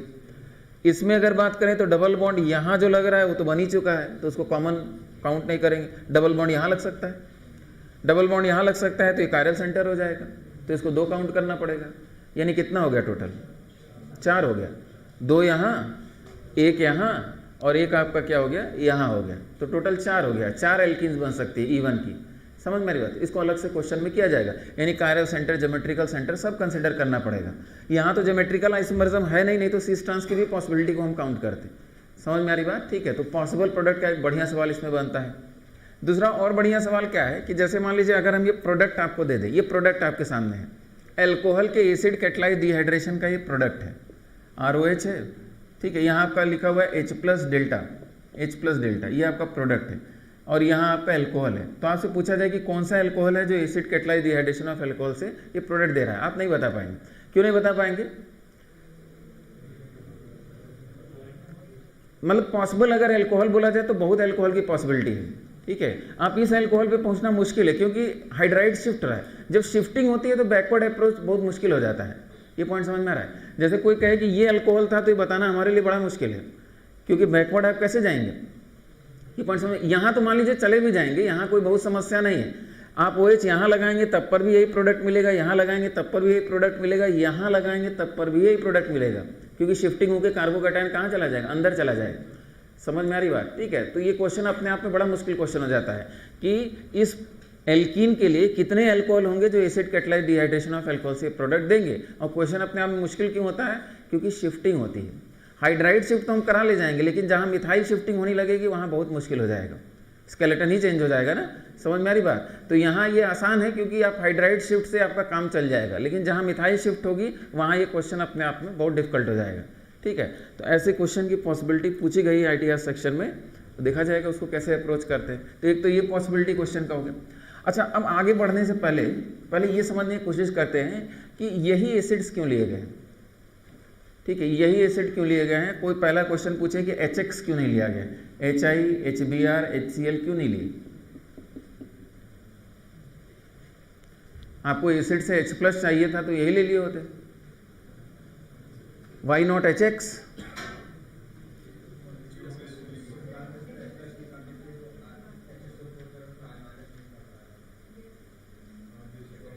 तो HSO4- कौन सा, वो भी तो बहुत कमजोर बेस है। अरे H2SO4 बहुत स्ट्रांग एसिड है, तो HSO4- is a very very weak base. तो H+ निकाल रहा है क्योंकि उसकी मजबूरी है, कंडीशन ऐसा दिया हुआ है कि भाई वो HSO4- H+ निकाल रहा है। और कोई बढ़िया आंसर दीजिए, HI क्यों नहीं लिया।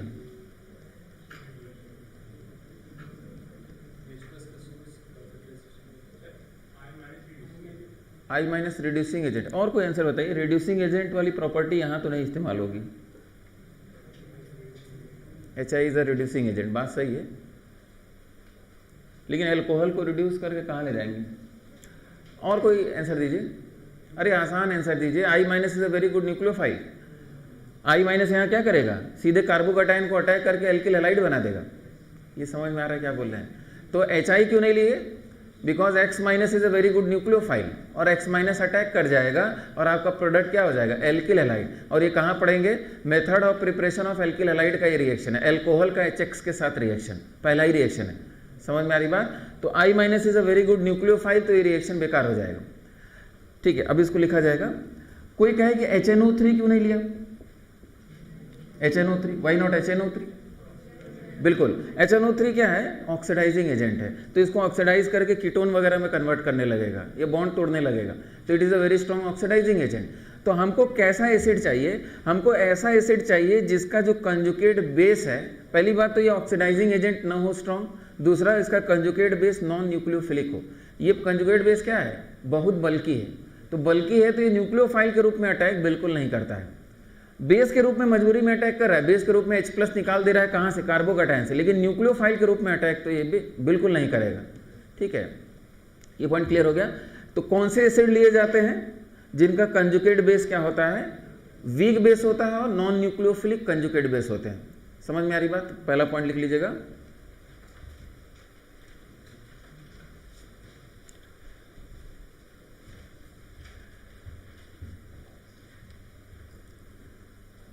Above acids are taken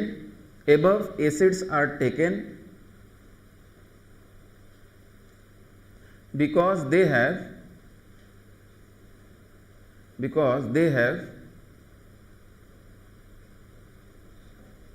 bulky non-nucleophilic conjugate base, because they have bulky non-nucleophilic conjugate base।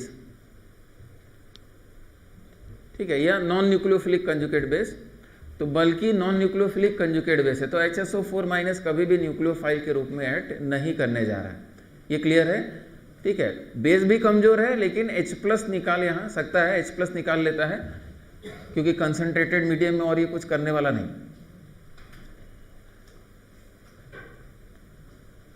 ठीक है, अच्छा यहाँ देखा जाए, HX is not taken, HX is not taken because X- is a strong nucleophile. HX is not taken because X- is a strong nucleophile.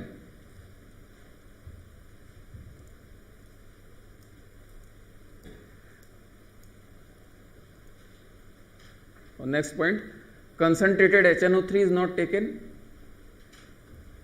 Concentrated HNO3 is not taken because it is strong oxidizing agent, alcohol को oxidise कर देगा, because it is strong oxidizing agent, because it is strong oxidizing agent।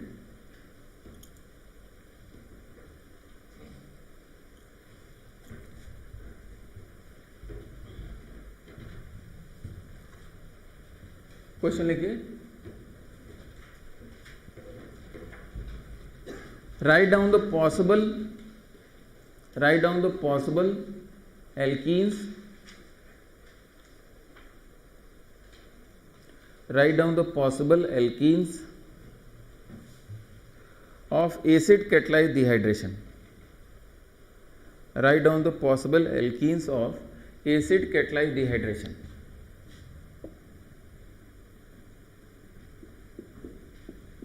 Possible alkenes of acid catalyzed dehydration,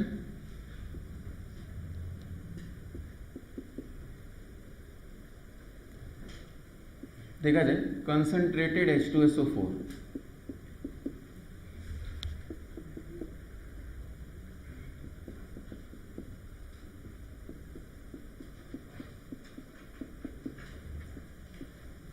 concentrated H2SO4 की presence में heat कर रहे हैं।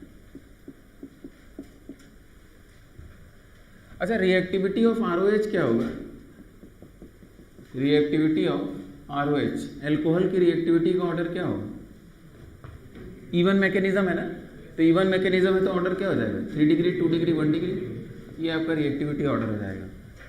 ठीक है, जैसा एल्किल हैलाइड में पढ़ा था, मोर स्टेबल कार्बोकैटायन बन रहा है, मोर स्टेबल एल्कीन बन रहा है, तो 3 डिग्री 2 डिग्री 1 डिग्री नहीं भी लिख पाते तो ये सब अंडरस्टूड है।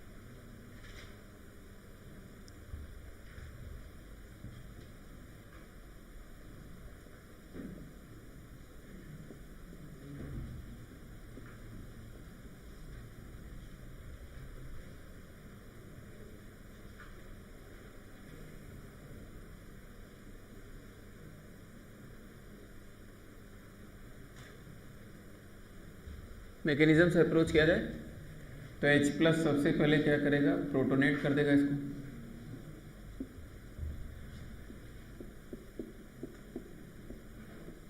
यहाँ क्या हो गया आपका OH2 प्लस, बॉन्ड ब्रेक कर गया, जितने भी कार्बोकैटायन बन रहे बीच में बनाया जाएगा, शिफ्टिंग कर दिया, हाइड्राइड शिफ्ट,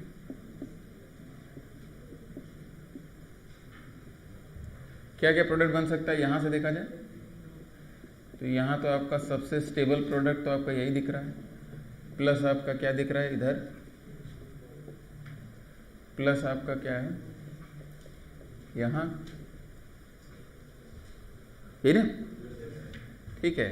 इसमें कायरल सेंटर है तो इसको 2 काउंट कर लीजिएगा, इसमें भी कायरल सेंटर है तो ये भी 2 काउंट होगा, अनसिमेट्रिकल है। अच्छा, बीच में ये भी कार्बोकैटायन बना है, लेकिन इससे तो सेम प्रोडक्ट बन जाएगा ना, सेकंड वाला। यहाँ से H प्लस निकालने की पॉसिबिलिटी है तो एक ही प्रोडक्ट बनेगा जो कि बना हुआ है, इसको काउंट करेंगे नहीं, तो यहाँ आंसर क्या हो जाएगा, 2 2 4 1 5, आंसर 5 आ जाएगा।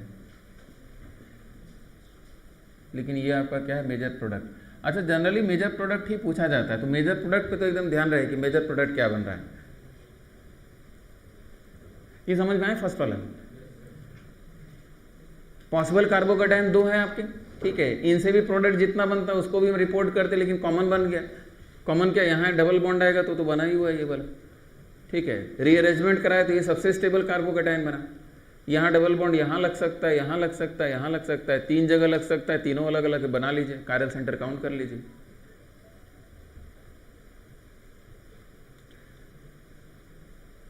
अच्छा, इसमें एक क्वेश्चन आप पूछ सकते हैं कि सर यहाँ, ठीक है, जैसे डिफाइंड स्टीरियोकेमिस्ट्री है क्या, मतलब क्वेश्चन देखिए, क्वेश्चन पूछने का तरीका तो यही है।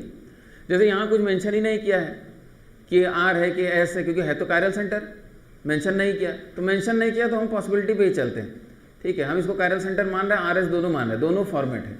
ये पॉइंट समझ रहे हैं क्या बोल रहे हैं, क्योंकि क्वेश्चन आपको इसी तरीके से ही देगा। तो आप फाइनली क्या करेंगे, फाइनली प्रोडक्ट पे पहुंचेंगे यहाँ, और उसमें सिंपली क्या है, कायरल सेंटर काउंट कर लेंगे। यहाँ आर एस दोनों की पॉसिबिलिटी है तो दोनों प्रोडक्ट है हमारे, समझ में आ रही बात। तो शुरू से ही क्वेश्चन एकदम डिफाइन करके नहीं देता है अल्कोहल, तो आप एकदम क्लियर रहेंगे कि भाई यहाँ दोनों पॉसिबिलिटी में रिएक्शन करा रहा है, ठीक है।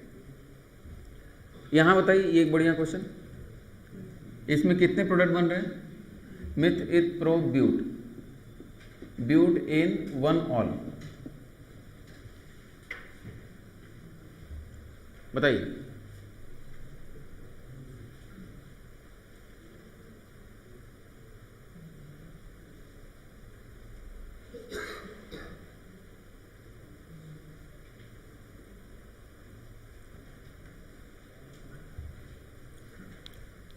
सेकंड क्वेश्चन का आंसर दीजिए। 3 आ रहा है? बिल्कुल सही बात, 3 आना चाहिए सबका।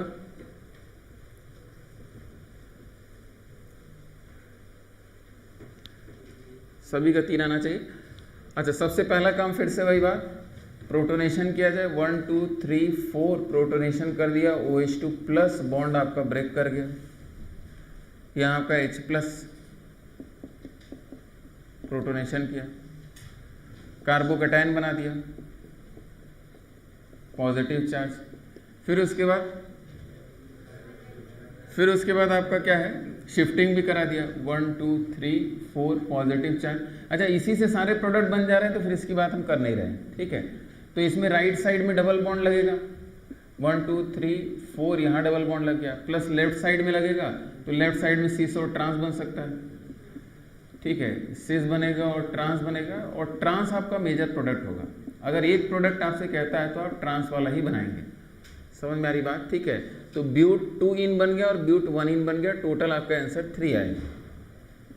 इंपॉर्टेंट क्वेश्चन है भाई, 3 एल्किन बनी है।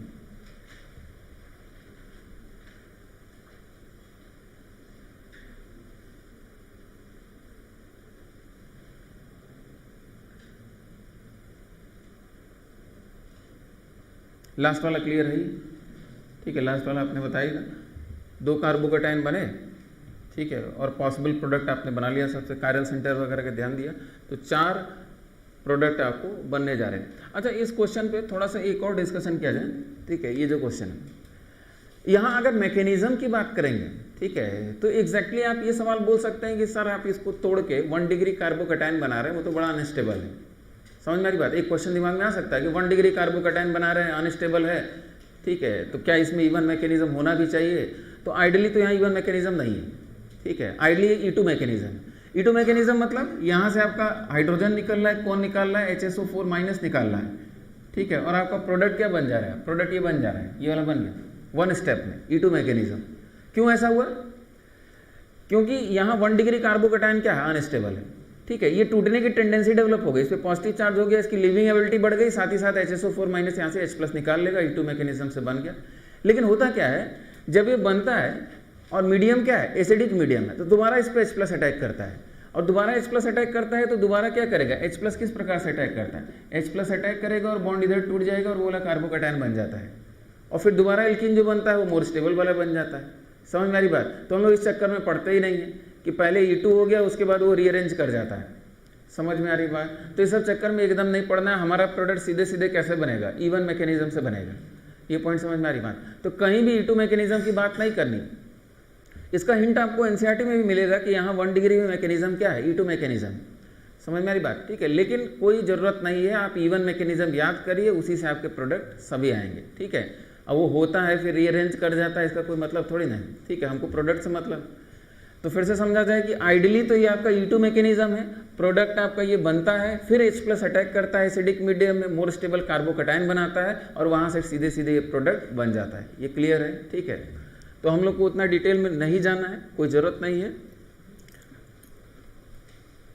चाहे 1 डिग्री हो चाहे कुछ भी हो, हम इवन मैकेनिज्म से सीधे सीधे प्रोडक्ट बनाएंगे।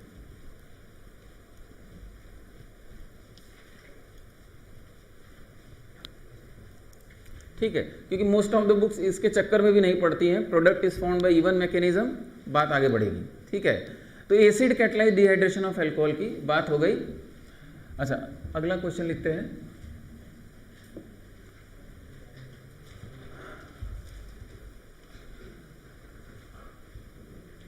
Write down the major product. Write down the major product of acid catalyzed dehydration of alcohol. Write down the major product of acid catalyzed dehydration of alcohol.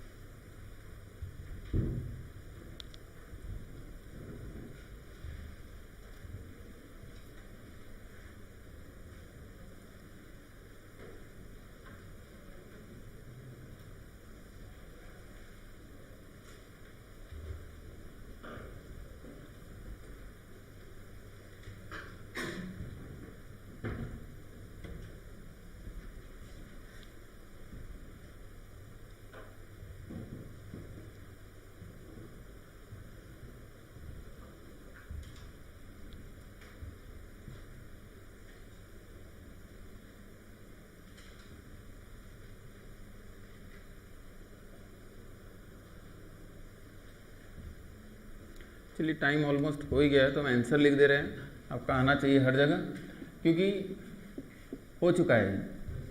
तो ये बॉन्ड टूट गया, methyl shift हो गया, तो आपका finally product क्या बन गया, ये बन गया। यहाँ देखा जाए, इसको ओपन करेंगे तो एक बार शिफ्टिंग, फिर 2 बार शिफ्टिंग, ठीक है, और 2 बार शिफ्टिंग करेंगे और फाइनली आपका प्रोडक्ट क्या बनेगा। एक सेकेंड, यहाँ आपका पॉजिटिव चार्ज, चलिए एक बार बनाया जाए, तो कार्बन कार्बन कार्बन और यहाँ पॉजिटिव चार्ज, और फिर शिफ्टिंग करा देंगे तो आपका फाइनली जो बनेगा वो ये बनेगा, ठीक है। थर्ड में देखा जाए, कार्बोकैटायन हो गया, रिंग एक्सपेंशन करा दिया, पॉजिटिव चार्ज आपका यहाँ जाएगा और यहाँ से H+ निकाल लेंगे, तो दोनों 6 साइडेड साइकिल, दोनों 6 साइडेड साइकिल आपका ऐसा बन जाएगा। चेक कर लीजिएगा, सबसे स्टेबल एल्कीन तो यही बनेगा। रीअरेंजमेंट वगैरह अपना करिएगा। फोर्थ देखा जाए तो फोर्थ में तो कुछ करना ही नहीं है, एक जगह बेंजीन बन जाएगा और एक जगह 6 साइडेड साइकिल बन जाएगा। ये सब खुद से आप करेंगे, हम कई बार बता चुके हैं, ठीक है, अब दोबारा नहीं बताएंगे। यहाँ देखा जाए, ये देखिए ध्यान से, फिफ्थ वाला, ये बाहर निकल गया, यहाँ पॉजिटिव चार्ज आ गया। कैसे बाहर निकला, प्रोटोनेशन, बॉन्ड टूटा, बाहर निकला, फिर रिंग एक्सपेंशन हुआ, फिर रिंग एक्सपेंशन के बाद एक और बार मिथाइल शिफ्ट होगा, और एक और बार मिथाइल शिफ्ट होगा, तो आपका प्रोडक्ट यही बनेगा फिर से। समझ में आ रही बात? नहीं। और सिक्स्थ वाला तो शायद एक बार रिंग एक्सपेंशन और फिर से एक बार रिंग एक्सपेंशन, हाँ, एक 6 साइडेड साइकिल, एक 5 साइडेड, एक आपका 5 साइडेड साइकिल, और सबसे बढ़िया डबल बॉन्ड यहीं पे आएगा।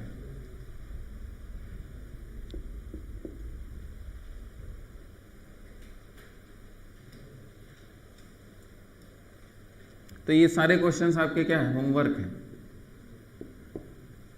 ठीक है। कार्बोकैटायन बनाइए, रीअरेंजमेंट कराइए, फाइनल कार्बोकैटायन पे पहुंचे और वहां से H+ निकाल दीजिए, वहां से सबसे स्टेबल एल्कीन बनेगा।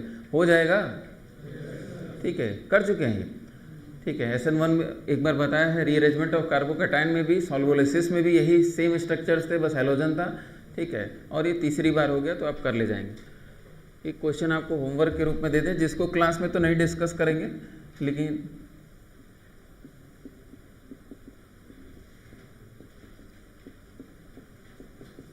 H+ डेल्टा, ठीक है, इसको रीअरेंज कराइएगा और सेम वही कंसेप्ट, और फाइनली आपका बेंजीन बनेगा आंसर में। तो ये आपका होमवर्क है। होमवर्क क्या है, इसको ट्राई करिएगा, ठीक है। रीअरेंजमेंट, रिंग एक्सपेंशन बार बार करेंगे और बनाएंगे स्ट्रक्चर्स, तो आपको फाइनली दिखेगा कि भाई 3 अल्कोहल दिख रहे हैं, 3 बार डिहाइड्रेट होगा, लेकिन 3 बार रिंग एक्सपेंशन भी होगा। तो 3 बार रिंग एक्सपेंशन होगा तो फाइनली आपका बेंजीन बन जाता है, ठीक है। हाँ, लेकिन उसको करना पड़ेगा, उसको समझना पड़ेगा एक बार कि कैसे हो रहा है। चलिए, तो नेक्स्ट क्लास में हम जरूर 2-3 एग्जाम्पल में चेक करेंगे भाई कितने लोगों ने किया है, ठीक है। सीधे सीधे पूछेंगे आपसे और बताने की कोशिश करिएगा। चलिए, ठीक है, थैंक यू।